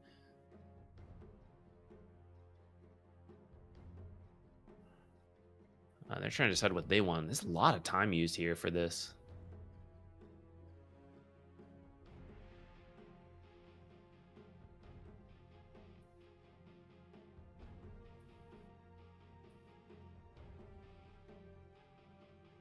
Yeah, the Hoodwink pick has me very confused because I don't Dire know. team pick. Okay, they do just get rid of the Ban it Beastmaster themselves. that was still in. Okay, so they will grab the Muerta for themselves. Okay. I feel like Underlord's one of the few offlaners that's actually good into carry Muerta, though. Like, Muerta will still farm the lane and do well, but at all 10 stages of the seconds game, like, remaining. Underlord has a lot of magic damage, and Pit of Malice is super annoying for Muerta 5 to play seconds against. remaining. I don't think you can kill Underlord the way like the Ursa pick would have done. That is true. But I do think Muerta recently has looked very scary as the game goes on. Perhaps Lynx wants their turn at having the late game advantage. It's like, okay, fine, Liquid, you play into us. We're gonna drag it out, get to our item timings. I do think you would like a buff for the Muerta. She gets strong with just items, of course, like many carries. But as an intelligence hero, she doesn't pick up as many agility items naturally. So any kind of support that could potentially buff attack speed, or I guess it doesn't even have to be the support. You get some kind of aura from someone else, sure. But something that buffs the Muerta, I feel, has always been quite nice for carry Muerta. Team Liquid's turn. I feel like they're just gonna go for the lion again. They'll grab Tiny here. You could do Lion. It keeps it very flexible. It could be Lion Tiny supports, creep drag versus the Muerta carry for your Underlord. Could be your mid Tinies. We've seen carry Could be Tinies carry. recently, though I am not. 10 I don't know. I don't know if I seconds like it yet, but it's a very I like the flexible mid hero. Tiny here. remaining. 5 Yeah, seconds seeing these two remaining. heroes like mid Tiny actually owns. So Burst them. yeah, I think you keep it flexible. You don't want to pick your mid laner. You could just pick another support, and then you have that flex of the Tiny. Yeah, they'll go for the Shadow Demon. Pretty straightforward. Really good counter to the Muerta at all stages of the game. And doesn't really reveal much. There's an Underlord off lane. There's a support Shadow Demon, but what lane it's going, where this 10 Tiny is going, seconds remaining. it's very up in the air. 5 seconds remaining. For Lynx, I do think getting a hero that jumps the back is now very important. Because right now, you bushwhack a target, you pop more to ult, just going to get disrupted. You need someone who finds that back line. Ravage sort of works to start because the cast range of disruption, to use it in time, you would get hit by the Ravage. But eventually, you will buy a Blink Dagger, you'll be even further back. And I would like to see someone. Dazzle is not that someone, though he does have some synergies with the Tidehunter. But I feel like it's getting funny. Like, these are two negative armor synergies for Muerta, which, yeah, she does physical damage, but kind of the big thing is her 10 ultimate seconds that remaining. doesn't really care as much about it. Yeah. 5 seconds. So I think at remaining. this point, if you're Liquid, I think you definitely want to run the mid Tiny because you can protect Bandit now and pick up a 4 position here. Alternatively, easily- if you Easily want to kill like, these backlines. yeah, I was like, alternatively, if you want to like risk losing, you could try Ricky here. It is not a bad. Ignoring the state of the hero, this is not a bad Ricky game, actually. That's what I'm saying. That's what I'm trying to say. I'm not convinced those two picks properly address Shadow Demon. And like you said, mid Tiny, just bursting these supports would be good. You can also do something like Queen of Pain and go find these backline support. So I guess it will be, well, we could still be the carry or position 4 Tiny. Yeah. That's why I really like the Tiny in that spot, right? Like, you had 3 potential positions for it. I think 10 I seconds like remaining. the reason I was leaning more towards mid Tiny is because the 5 Avatos seconds combo is just remaining. very good against Entire Muerta. team ban. With Disseminate as well. Yeah, amplifying it exactly. further. So I don't think it's like necessarily has to be support Tiny. I think you still could run carry Tiny here if you want. Carry Tiny will also burst them if he finds them. Yeah, Just chuck a tree with his exactly. Dazzle. 10 seconds But remaining. I feel like Grave is in a funny situation because you try to Grave someone to save them and they just get disrupted. They pop out, die later. So I'm curious what they've got planned with it. I'm sure there's something in mind here. I'm not seeing it, but I hope they are. Okay, I got a really important question for you. 10 Yes, What Van kind Ember. of- remaining. Okay. I was gonna say, what kind of bear is Queen of 5 Pain? seconds remaining. That's Bear Drag. Dire team And ban. you get the Sea Bear over there. I was say, is that the sea bear on the water bear? I hope you're wearing your anti-Sea Bear attack underwear. Just draw a circle around you. You'll be fine. I can't They draw can't a cross the circle line. though. Have you They seen can't our cross the drawings on the line. mini map, dude? No one can draw a circle. Dude, who knew that the only thing you need to 5 do to seconds protect yourself remaining. from Tidehunter was to just draw a circle around you, and you'd never be in danger. Someone share that with Liquid. Actually, I guess they got the Underlord, dude. They have the circle. They have It's it. true. They're ready. Just stand inside Pit of Malice and you'll never die. Facts. Tidehunter has to just stand and watch from the outside. Luna Band. Pretty good matchup, actually, into the Muerta. You have pretty solid hybrid damage. I was trying to wonder, like, what type of carry is available for Liquid. In terms of, like, Mickey classics, you still have something like the Kez, which does bring a silence to the table, as well as a stun. They actually ban out the Oracle, just in case of the tiny carry.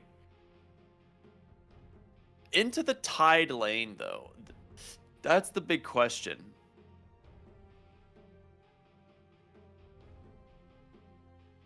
You could do Weaver, actually. It's a really rough matchup. They don't have the greatest lockdown. Could be cool.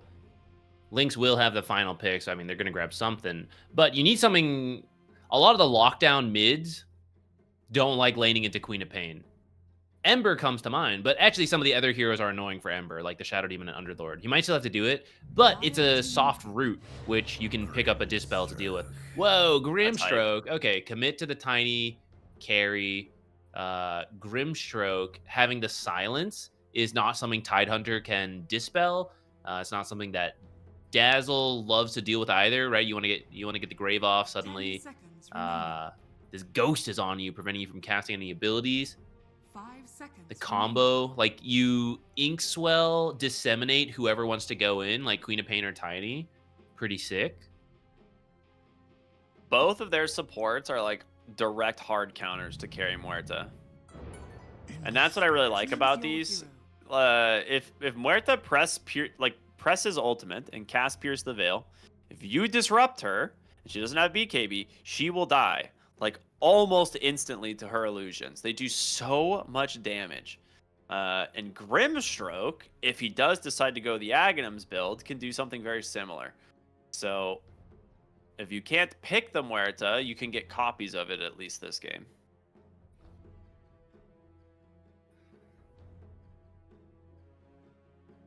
And you were correct. They do go back for the Ember Spirit, even into the Queen of Pain lane. They'll struggle a little bit, but probably the best you can get in this situation. Yeah, I'm just not sure I see the synergy of the draft as a whole. I'm a little confused on it. But maybe there's some new... I mean, like, you know, the patch recently happened. Maybe they got some idea in mind here. I'm open to it. I'm not fully sure. You know, I feel like the heroes address enemy heroes in individual ways, but when you look at them together, I'm just a little confused. And I'm specifically worried about lockdown outside of Ravage and Bushwhack, and I don't think that's enough. I think you eventually pick up tools to deal with that, mainly BKB, for example. When you get BKBs on Liquid, I mean, how do you even kill any of them?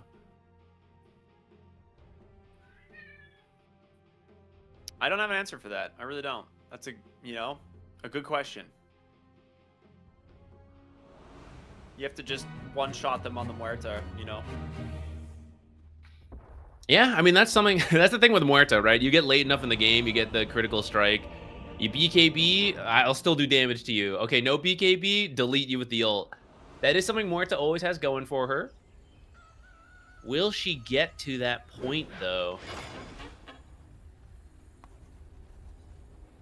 Well, it is time to find out. It is game number 2 here of Lynx versus Team Liquid. And, you know, we're not going to see Mickey on the Lone Druid.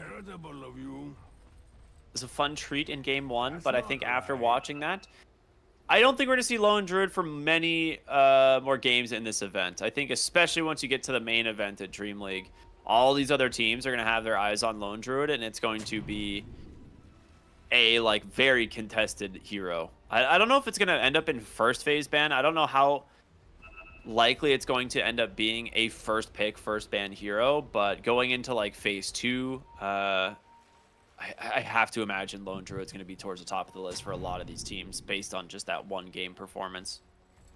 It'll only be 30 seconds. versus certain teams like Liquid. We'll talk about it more in a moment. Okay, Oh. they try this wraparound again, but this time Lynx has learned their lessons. They're all prepared. They even have the sentry. I think Liquid probably needed to mix it up in game 2. I don't know if you can.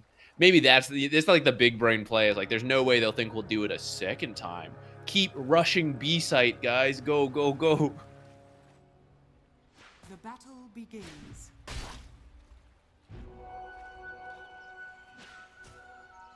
All right, no kills.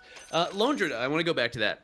Lone Druid is very similar to Meatbow and other specific heroes like that, which is that even if Valve told the teams, like, hey, we're making Lone Druid okay, there is going to be a first blood onto Eki. Carry Marta wanted that.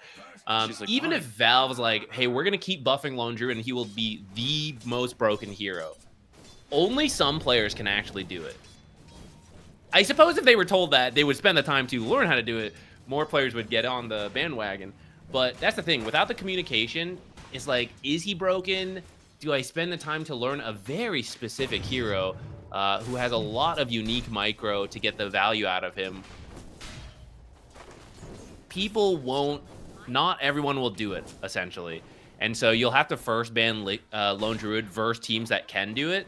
But I think other teams just won't learn it. The same way Chen, right? Sometimes Chen's busted, and then teams just don't play it because they don't have a Chen player. That's, that's a really good point. We'll see what they end up doing. I think bottom lane. A lot of damage here over onto Tofu, but Mickey, I mean, he was just cleaving both of them the whole time, so it gets a lot of damage dealt back. I think Carry Tiny right now is definitely in a good spot. We saw in a series yesterday, it was paired with a Slardar, and, that looked a little bit illegal. This game, you don't have that type of pairing, but I still think it'll be strong.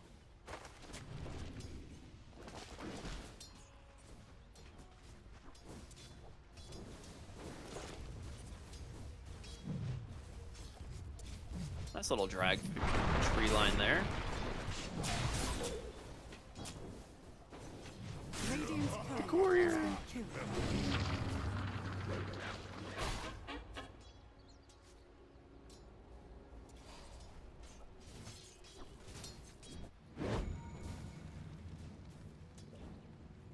He's getting pretty low, but he's got his bottle. Got the water rune.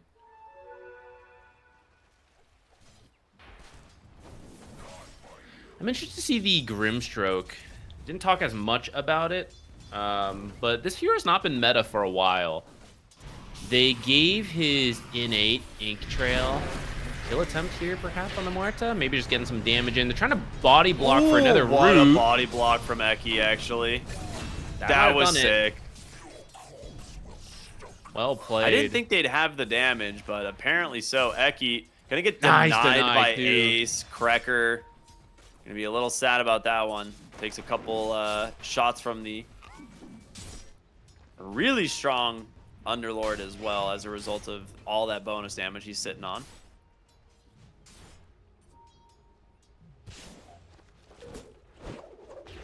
Gotta respect the damage you can build up. It's not just like the Firestorm, getting stuck in Firestorm.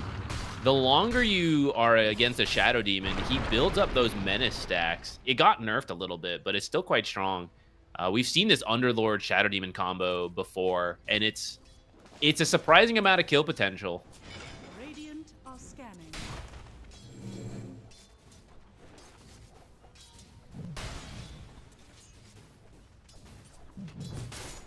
CS-wise, it looks like Liquid's doing pretty solid. I mean, Underlord did just get that kill, so that's going to help out his net worth a little bit. But Tiny just having a great time in the bottom lane. Not struggling at all.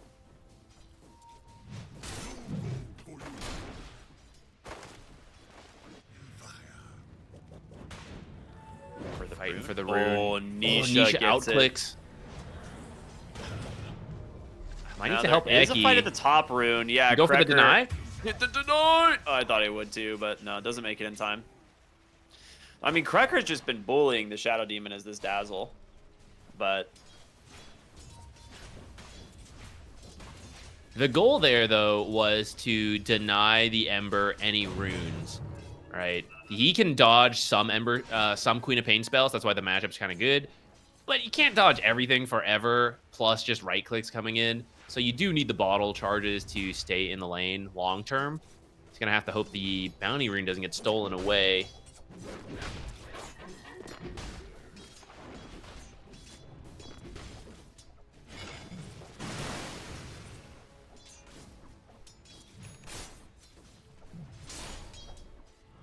Quiet lane stage from all the teams. QBFY stacking up the Ancients a little bit. Same thing being done on the other side by Eki.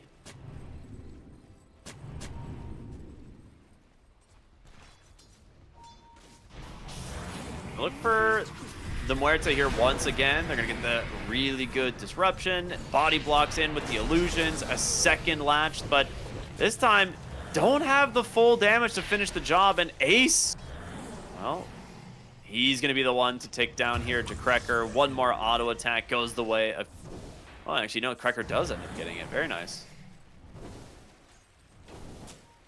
Okay. He's getting a little bit nasty here with the body blocks on Krekker, and he does have the shallow grave here to make sure he does not die. So 2 kills in this top lane. Great rotation in from the Hoodwink to help turn this one around. Muerta was able to dodge at least one Shadow Poison that did keep her alive. She would have popped otherwise. I'm gonna try to get the Tide, at least do a bit of damage here. Can he kill him? This is a lot of... If he dies, he will miss so much money. Oh, he's dying. That is You need to bring heroes huge here. creep wave. They've rotated top on the Hoodwink, though. It's a good call to respond like this. They're gonna fortify to buy some time. They're trying to just deny all these creeps. Hoodwink has no mana to clear anything, and if they see her, they might just kill her. I think they have enough mana to do the combo again. Okay, Dazzle's here now as well. Tide Hunter TPing back in. I mean, that's a lot of gold and experience that the Tide Hunter just missed out on. Like a full creep wave and a half. Dire are scanning. Catapult got some good damage in on the tower as well. He was there for a while. Is under attack. It's still there. Only now finally 9. 2/3 of the tower down for that play top. They will at least get their shrine, because that's the worst case scenario. You die, you lose your tower, you lose your shrine. It's just all sad times. I don't even know how that wave was built up. Must have like pulled the 5-minute wave or something and then waited for it to double up.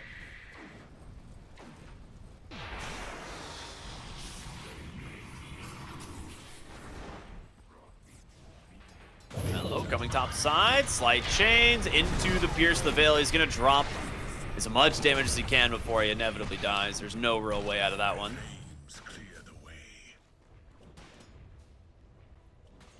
Good rotation in from the Ember.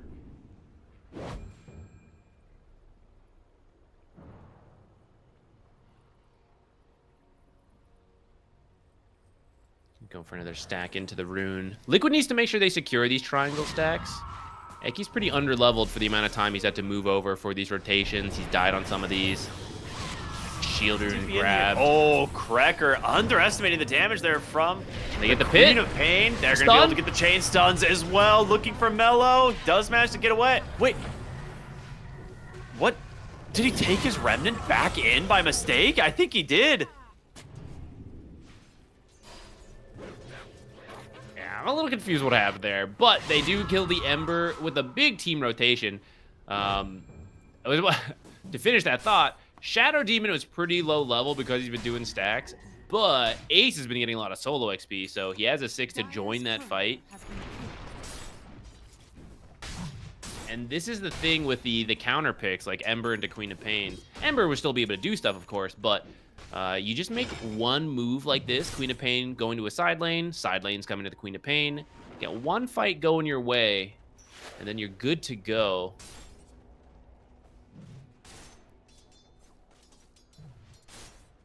Tide's gonna have to hope for the same thing. He does have some stacks made for him, quite a lot actually. They're going to look to dive here. Yep, going to do good old Avalanche Inkswell combo. The silence into the tree toss. One more auto attack from Tofu's going to do it. They'll grab themselves another kill. Tiny likely just clean up the tower here, as there's not really a way to stop him. Dire's bottom tower has fallen. Instead, really trying to put some pressure on the Tidehunter as well, with Eki rotating in. If they scout these triangle stacks, which they're going to, I believe. He never finished them. Yeah, this would be really painful for Tide. He needs these so badly. Yeah, just trying to clean up the medium camp here. Inkswell silence. There's going to be an avalanche. The chain stuns are there, but a great Ravage is going to bail them out. Now, Grimstroke does manage to get the ultimate off, but he needs some help on Mickey to Queen of Pain's get on the out of way. this one. Queen of Pain is close. If she gets this Sonic Wave, it would be huge. Instead, she will blink back, does not want to contest. 3 for 1 on the high ground. I'm surprised Nisha was so far away from this. Yeah, I'm not sure where he was. I think he went to the top room. Maybe, yeah. The idea to steal the stacks is great. I feel like Tidehunter just would not have a game if he loses those. But now he actually gets some assists with the Ravage. I don't know if he actually ended up... I think some of the medium stack got stolen away, but whatever. The Ancient Camp is still there as well, and you just killed 3 heroes. That was huge for Lynx. Yeah, that completely salvages the Tidehunter's like rough start. And now he has all the stacks he can go take, right? Like whenever he wants, there's like a 5-stacked Ancient. They're gonna smoke up here on the side of Liquid, maybe see if they can find the Muerta hiding in the jungle, and Eki They found her. being the first one to jump on in. They're gonna be able to pop the Pierce the Veil, but Demonic Purge is there. No real escape coming out. Nisha, one more scream of pain. Sound Did go for an early Veil this game. Underlord has his Atos. Should be able to catch at least one more. Who did he find? Okay. Oh, he never doesn't have the mind. mana. Ember. Oh, that's rough. I was like, how did Ember get out then? No mana. That's rough. Well, you still get your carry Muerta kill. Dire's Liquid bottom will be happy about that.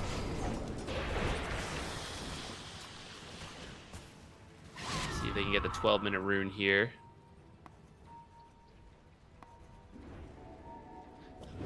Melajewel is working on a Mage Slayer. Ember, one of the best heroes to use that item. And it's going to be pretty good this game. There's a lot of magic damage that can come out.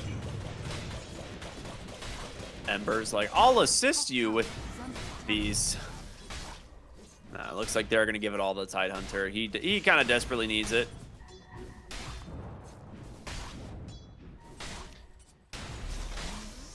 Dazzle thinking, does he need it? Wouldn't it be hilarious if I shadow waved? under attack. Need some assistance there, brother? Unfortunately Need for some him, fish. Tide doesn't have the Mask of Death yet. The Morbid Mask, sorry. So didn't really get any health So back. old. Yeah, I am very old. Dire's top tower is under attack. I don't know, man. That thing's always going to be Mask of Death to me. I don't know why it got changed.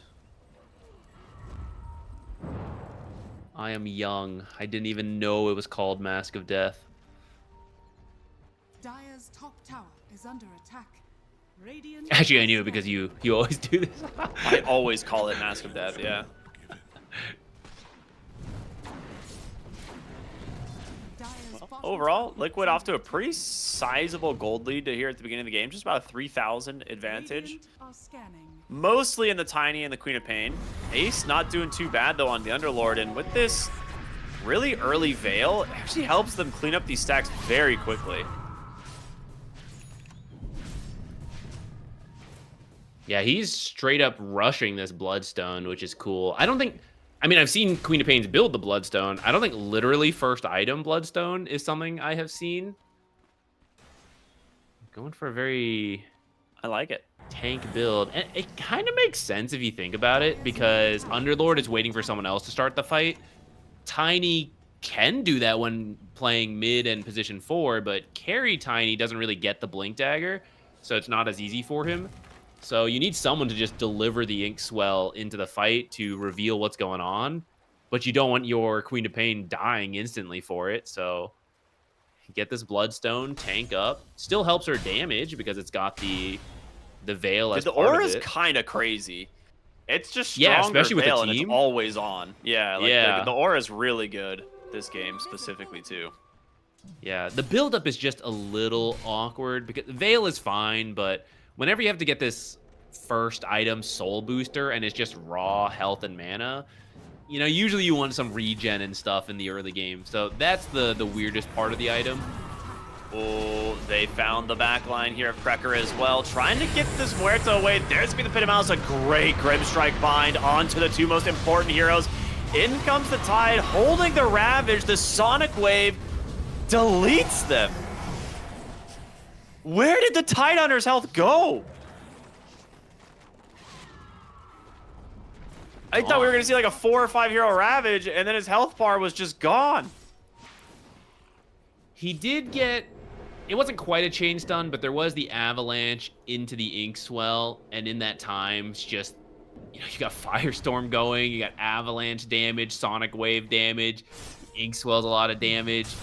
So unfortunately, that teamfight ability just not going off cost you a lot there.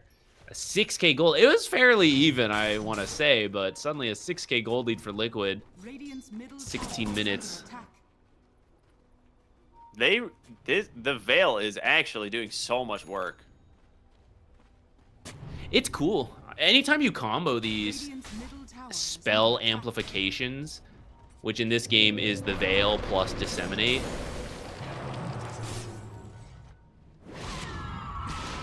it is a surprising amount. It's the magic version of negative armor strats. Yeah, it really is. And it's what Tidehunter's weak to. Just getting absolutely owned here. And Mickey gonna go underneath the tower. Avalanche toss, tries to get the burst, but Krekker's there to save him. The silence out from Tofu, though, into the Stroke of Fate, down to 3 HP. Ash Legion? But nah, Ash Legion sealed. Cannot protect you from Nisha, who has a regen running during all of this, mind you, so he's chilling. Dire's Oh, that'll make up for the lack of regen on Bloodstone. Just get good runes, lol. Just get good runes. There were some stacks still here. Those will be stolen away. No more. Gold lead grows even more for Liquid. This game's getting out of control really fast. The Mage Slayer is now done on the Ember. That might help to control some of this damage a little bit. Nisha unbothered, though. I mean, this Dude, is he's not afraid really of bad. anything. 2,400 health on Queen of Pain when she's on Strength Shreds. It's pretty ridiculous, actually. Yeah. Ember, like the counterpart, has 1,300 health. The Tide Hunter, who's supposed to be tanky, 1,700. Underlord, ooh, real tanky frontliner, 23. How is Queen of Pain higher? I mean, I know how with the Bloodstone, but that's just the kind of ridiculous part of modern Queen of Pain. She's just tanky. Radiant's So very much a you versus the person you're not supposed to worry about moment, you know? You're like, oh, you know, I'm pretty strong on this Ember, and then like Queen of Pain walks up next to you, and you're like, oh god. Giga Chad, Queen of Pain.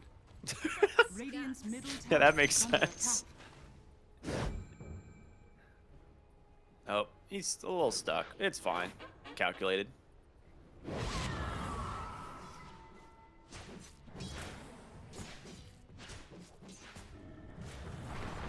The Aghanim Lynx's Scepter is just going turn. to tank her up even more, too. Like, it's going to add a ton of damage, but this hero is going to be so strong. Do you... I don't think you still double cast on Soulbind anymore, though, then, right? Because it's AoE? So you wouldn't double AoE this. There is still a targetable part of it. Like, you can cast in an AoE, but you can also target with it. So I Oh, is think it? one of them might double cast. Dude, if these double cast with Soulbind, that's crazy. I haven't seen this in a while because Soulbind's not been... Or Grimstroke has not been popular. So I actually haven't Yeah. seen... I don't remember this interaction. If It's it still double casts targetable. and you have Disseminate Bloodstone amplifying 2 daggers, 2 screams, 3rd scream from the actual ability, that's gonna be cracked. Yeah, the way the AoE works is it like when you cast it, it just hits everything in the AoE around the target. Okay, Mickey, that's not fair. killing the small fuzzy bear. It's like he hasn't stopped playing Lone Druid, you know? He still wants Yeah. to just surprise and kill supports. I'm so glad Silver Edge and Shadowblade are back. I feel like this is like one of my favorite items since Dota 1, and well, not particularly Silver Edge, but you know, Shadowblade has been one of my favorite items for so long, and I'm so glad it's back. It's very core player of you. Dude, I don't know, man. There's just being able to go invis is neat.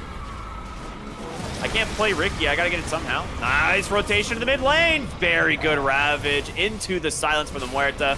They grab themselves a very good kill, but Mickey comes through, tries to get the kill onto the Ember Spirit, but just not enough in time. And now there's gonna be the Grimstroke Soulbind onto both of these heroes. They cannot get to safety as Ace will claim the double kill. He did manage to get the Ember. Oh, Roshan, hello. Tofu. Wait a minute, the turnaround. They got Mickey as a result, and Mello wants to try and keep chasing. I don't know if you should be clearing the creeps there. It's gonna cost them. They're still diving for the Underlord as They well. kill Ace here? It's pretty I think tanky, they but okay, looks they have like so much absolutely control. can. The damage more? just stacking up over time here, and now rotation back in from Eki. We'll be able to do a little bit of damage here to Mello, but he has a Remnant coming up in just a second. Isha wants to chase. Instead, they're going to turn for Krekker, which he's not making it out of this one.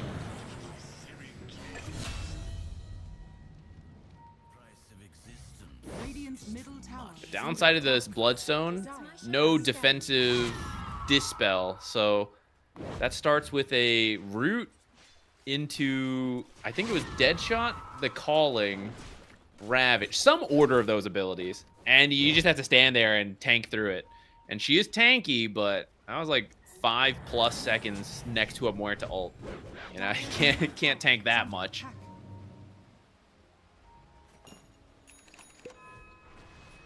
And then just kind of snowballed from there. But it does use some of your big abilities, downside of Ravage. So as everyone respawns on Liquid, they're just going to head over to Roche. I don't think you can fight this without the Ravage.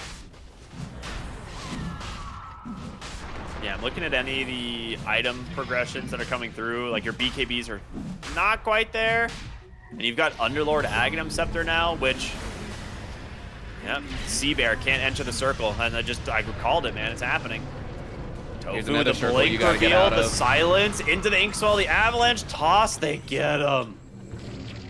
Very good Down stuff. for the Tide. I think he should be good. It's pretty far back. A nice kill on the Ember. I see them pinging Tormentor. Now let's see if QBFY can do the sickest steal. I actually thought he should be revealed. I don't know if this got changed, because I'm pretty sure you used to just see this effect. But we saw this happen the other day, and then they didn't see it, so... Let's see, time for QBFY. Most hilarious steal?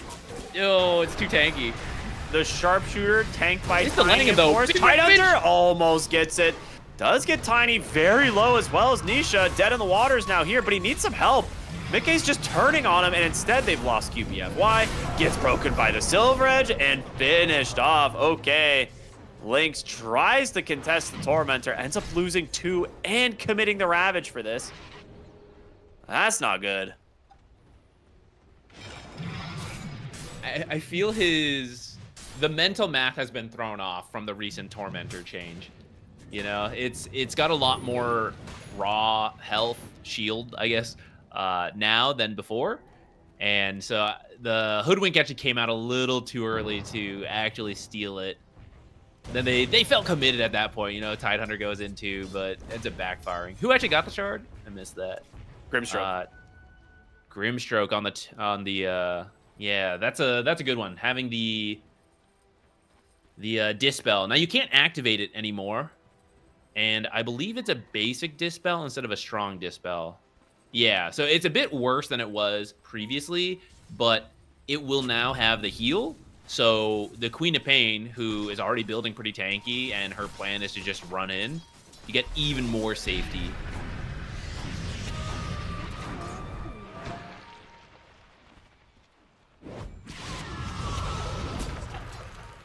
Does not care, just going. I mean, how do you Chunked. how do you stop this damage, right? Like, you cannot get away from this Queen of Pain.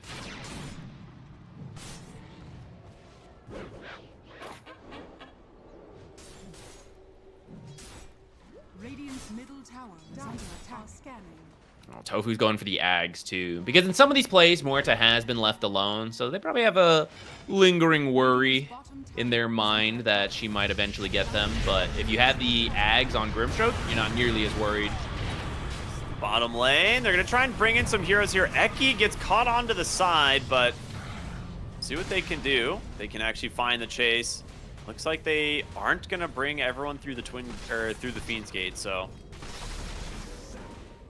With just Queen of Pain and Underlord here, I think they can defend the tower if they really wanted, but instead they'll go through the Twin Gate, head top. They don't really want to contest, they'll give it up.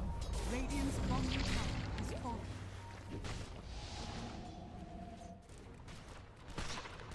Question is, are they set up to find anybody? This Observer Sentry might be saving their lives. It's allowing the rest of the team to react fast enough. Or is it? Okay, well, they get the hoodwink, but it is a lot committed for this. We'll see what they can do as Mickey's very much overcommitted here. Pops the Silver Edge to try and escape. Not going to be able to. Mellow as well as the Muerta. We'll find the exchange. Very, very good trade here for Lynx. It didn't quite save the Hoodwink's life, but it allowed the team time to rotate early so that by the time the play happens, you're able to get the much bigger kill on the Tiny. Maybe get a tier 1 out of this too. You do need to start chipping away from this gold lead, because the downside is you are rotating a lot of heroes to make these plays, and even when Liquid is matching that, they have the Underlord, you know? So these kind of global movements are not as big of a deal for them. Radiant's top tower has fallen. Dire's middle tower is under attack.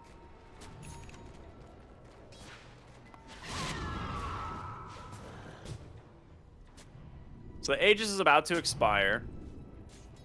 In terms of itemization, Tofu is going to go for the Aghanim Scepter next after the Blink Dagger. He's got a ways to go. If you get But a eventually it will come kill, online. Tiny in trouble. Does get a nice avalanche there onto 3, but they're going to try and chase. Bit of Malice does come through. 8 tills from QBFY to try and hold him in place. Good disruption, but Ace is on the backside of the fight there with the help of Nisha. Another Pit of Malice comes down. Krekker trying his best to survive, but there's the Ravage. Finally does come through. Mickey's surviving through all of this. The question is, can they get out now on the side of Lynx? He's looking for his target, has his eyes on the prize, the big Tide Hunter, the break, the avalanche, the toss. In comes Nisha. He gets another one. 3 for 1, only losing the Shadow Demon. A great play there from Liquid. the new harpoon mechanic being able to use on trees, helping to keep Mickey alive there too. As that Ravage comes out, he just pulls himself down to the low ground further away. If you could at least kill Mickey, I think you'd feel okay about that fight, but instead it's 3 for 1. Not all that great. Dire's middle tower is under attack.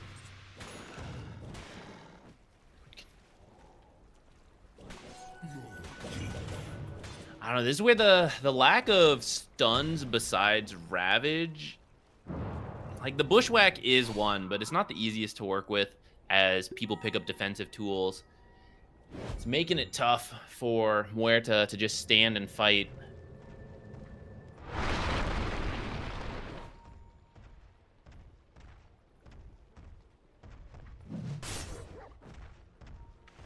Man, Tiny's getting real strong. This is like a ticking time bomb.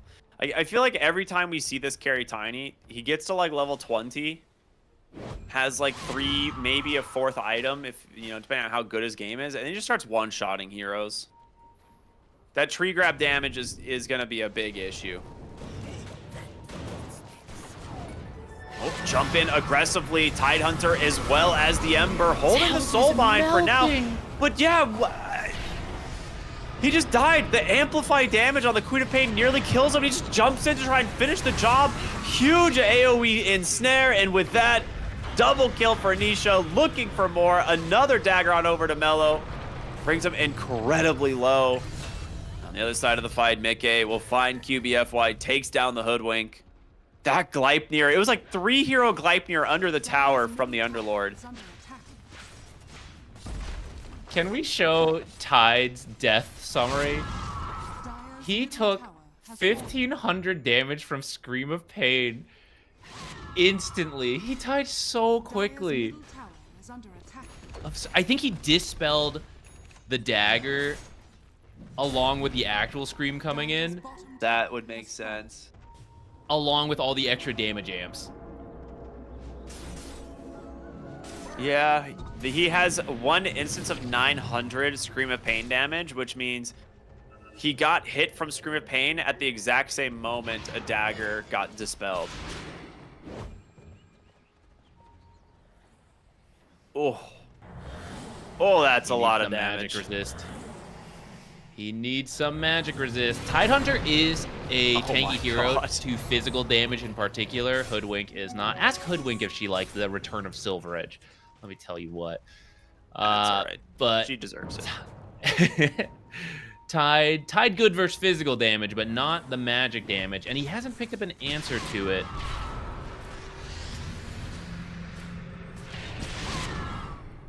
Oh. Calculated. Very good TP out there from Cracker. Meanwhile, mid lane.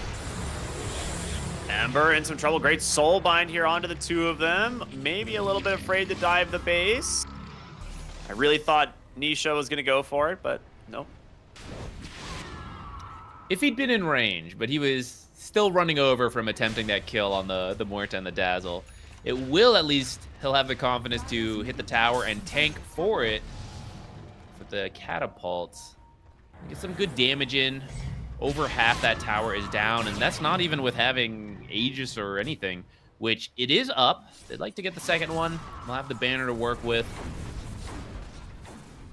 Lynx is going to have to try to fight. It is smoke on smoke here. Dude, Ace is level 24. What? Are scanning. Ace Underlord. What more is Okay, there to well, say? Enormous Pit of Malice. Gleipnir holding down Ember in place. They're really trying to force the BKB out of him. They don't see the rest of the heroes, so they are waiting patiently. Mickey start charging forward. Then the Hoodwink. Get caught. Okay, but a really nice use of the Shell Grave. But with that being on cooldown, you got to be very careful on these other heroes. Ember TPing out to safety as Nisha's going to pop the BKB. Sonic Wave comes through. They've caught the silence onto the Dazzle. Krekker is gone. They buy back on the Hoodwink. Now looking for more. The Soulbind holding the Tidehunter in place. A little bit of an assist done there from the Jungle Creeps, but another Pit of Malice. They just seemingly cannot get away from this Underlord. And Nisha on the front line, taking so much damage now from this Pierce the Veil. They finally managed to take him down, but he can't TP to safety. And Mickey is there to cancel the TP on out. It will be a triple kill for the Tiny. Ends up being a 2 for 6. Dire's top tower. Muerta is just not able to attack in these fights. I don't even know if she would have enough damage to kill these heroes. They're so tanky at this point. But if you're gonna have a shot, she needs to be sitting there and attacking. It's just... they're able to just run in, and she spends the whole fight retreating.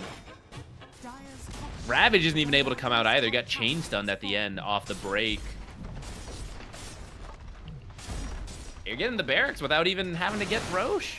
You're gonna get the top barracks here. You can play it safe and back away, but you might even be able to get mid since it was damaged earlier. In fact, you might be able to get a bonus Tidehunter kill. Not tanky at all. That's gonna stagger the deaths.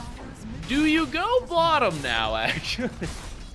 Or do you call it at mid and top and you go get Roche? What are the odds he save it buyback? Really, guys? Really? Dire's top barracks. Well, pretty easy there for Mickey. Just 3 shots the racks, no big deal. I was telling you, man, that 20 talent does insane work. It turns out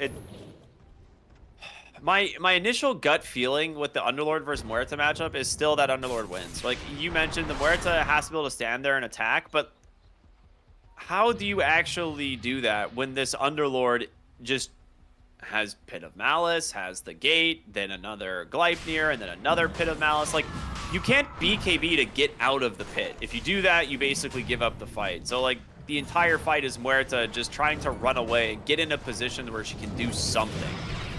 It feels so rough. Big Pit of Malice up onto the high ground, getting burned from the AoE 25 talent. Both supports get caught, and both of them get chopped down. Now they have found the Muerta. She's going to immediately pop the BKB, but the illusions are killing her. She's going to force staff in aggressively. Nice Ravage, but it's not enough. It's way too far behind at this point. 31,000 gold advantage. The GG comes out, and Liquid will take the series 2-0. They look good.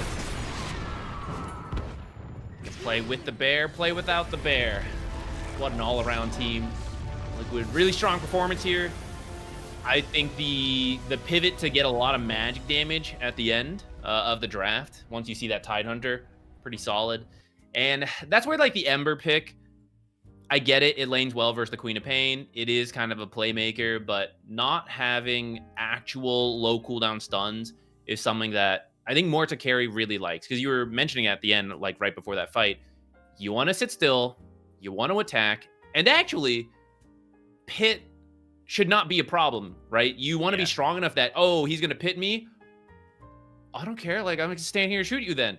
But she didn't feel that way. She feels she had to run. She doesn't feel like our team can find the right fight because you don't have that person who just goes in, stuns someone, and then she can just jump and ult. And because of that, you just don't really get to see the damage. Like, I'm going to take a quick look at the scoreboard. Yeah, there's just not that much damage from these heroes. The thing is like Ace is playing the Underlord really well into the Muerta. Like it's constantly like this cat and mouse game where he's like, oh, I'm gonna pit you and I'm gonna pretend like to, I'm gonna try and bait you to like try and maybe attack me, and then he steps away and she's still stuck inside the pit. And she's like, okay, I'm gonna try and run, and then he just Gleipnirs her, and then he pits her again, and it's like it makes the fight impossible for the Muerta. And the only way that the fight it goes well, and like that's not allowed, is if your team is ahead. If the rest of your team is able to make the space for the Muerta in the fight, or set up the fight for Muerta, like with a good Ravage or the Embers going in, that has always been the problem with Muerta. Now I think this hero is still a very good carry in the current patch, but she is not a carry that, like we saw with the Lone Druid in game 1, where she just gets a little bit of space and then suddenly she runs the map. She is still very dependent on her team being able to like set her up because she's so immobile. Yeah, and I will say a lot of this started, like, the lanes were okay to begin with for Lynx. About even. Ember was doing well, so there is still that room when those roots are strong enough control because no one has dispels, right? You need to get him going, get those runes. But then, because of Eki's constant rotations, giving a lot of space to Ace, making stacks, doing things, Ace had the level 6. They all show up in that mid fight and kill, I think it was Ember and one support. And that's what gave Liquid that initial boost and started to kind of kill the momentum of Lynx, which is they're entering this period where 4 of the heroes have to make space for Muerta. And then they can't, and you just kind of slowly lose more and more of this map to Nisha, this 3,000 health Queen of Pain, just jumping in all the time, doing ridiculous damage. Yeah, I'm not really sure what the options were once Nisha starts getting this farmed. I mean, this Bloodstone Rush, pretty cool, I'll be honest. Like, it tanks up the hero a lot. The 12%, amplified damage aura, which is just on all the time, right? It's pretty neat. Like, the rework to this item, I wasn't really sure how to feel about it originally, but seems to work pretty dang well. And when you have a lineup like this, right, that can take advantage of that spell damage, like, it's not like it's just Queen of Pain that's benefiting. The Underlord's doing a lot of spell damage early on in the game with just the Firestorm. And Tiny, like, is a hybrid damage carry early on. Mm-hmm. Eventually in the late game, he is mostly right-click damage. But early on, the Avalanche and some of that toss damage adds up. Yeah, I don't think it's an item build we're going to see all that often, but I think it worked thanks to the Shadow Demon having Disseminate as well, the double amplification, along with multiple heroes having AoE spell damage is what really made it come together. Along with the fact that it was then good versus heroes like Tidehunter who do not want to deal with that, right? And I think that's maybe one thing they needed. There were some fights that maybe if the Ravage happens, they can do something, but there were a couple of those fights you just instantly killed on the Tidehunter. And I guess he didn't want to get Mage Slayer because Ember got one, but I don't know, maybe a pipe game then, you know, something to help deal with all this spell damage. Yeah, his game was really rough. He never really got the chance to come online. But it is what it is. That is Team Liquid moving on here in this lower bracket. They will be playing against the winners of Maus and Alice Venturis, I believe, is the other team. Last I checked, Maus did win game 1. They're currently in game 2. So if you guys want to head on over to the other stream and check that one out, they will have the last qualification match over there in just about an hour and 45 minutes. So it's a little bit of ways away, but that will be the last slot here for Western Europe, where I said earlier they're going to be joining the likes of Navi and VP at the main event. So we'll see which two teams it's going to be. If it's Maus Liquid, that's going to be a banger of a series. Got to go see what bears get picked there. That's true. Hopefully all of them. All right, everyone. Thanks for watching. I believe that's going to do it for us here on this stream. But like I said, make sure to head on over to the other DreamLeague qualifier streams to catch the last series for Western Europe qualifiers. All right. See you next time, everybody. Bye-bye. Bye. Pick your bears. I'll go winter, baby, without your loving around. I will be waiting until you come back home. You're gonna be a cold winter, baby, without you here with me. So don't keep me waiting. I need your company.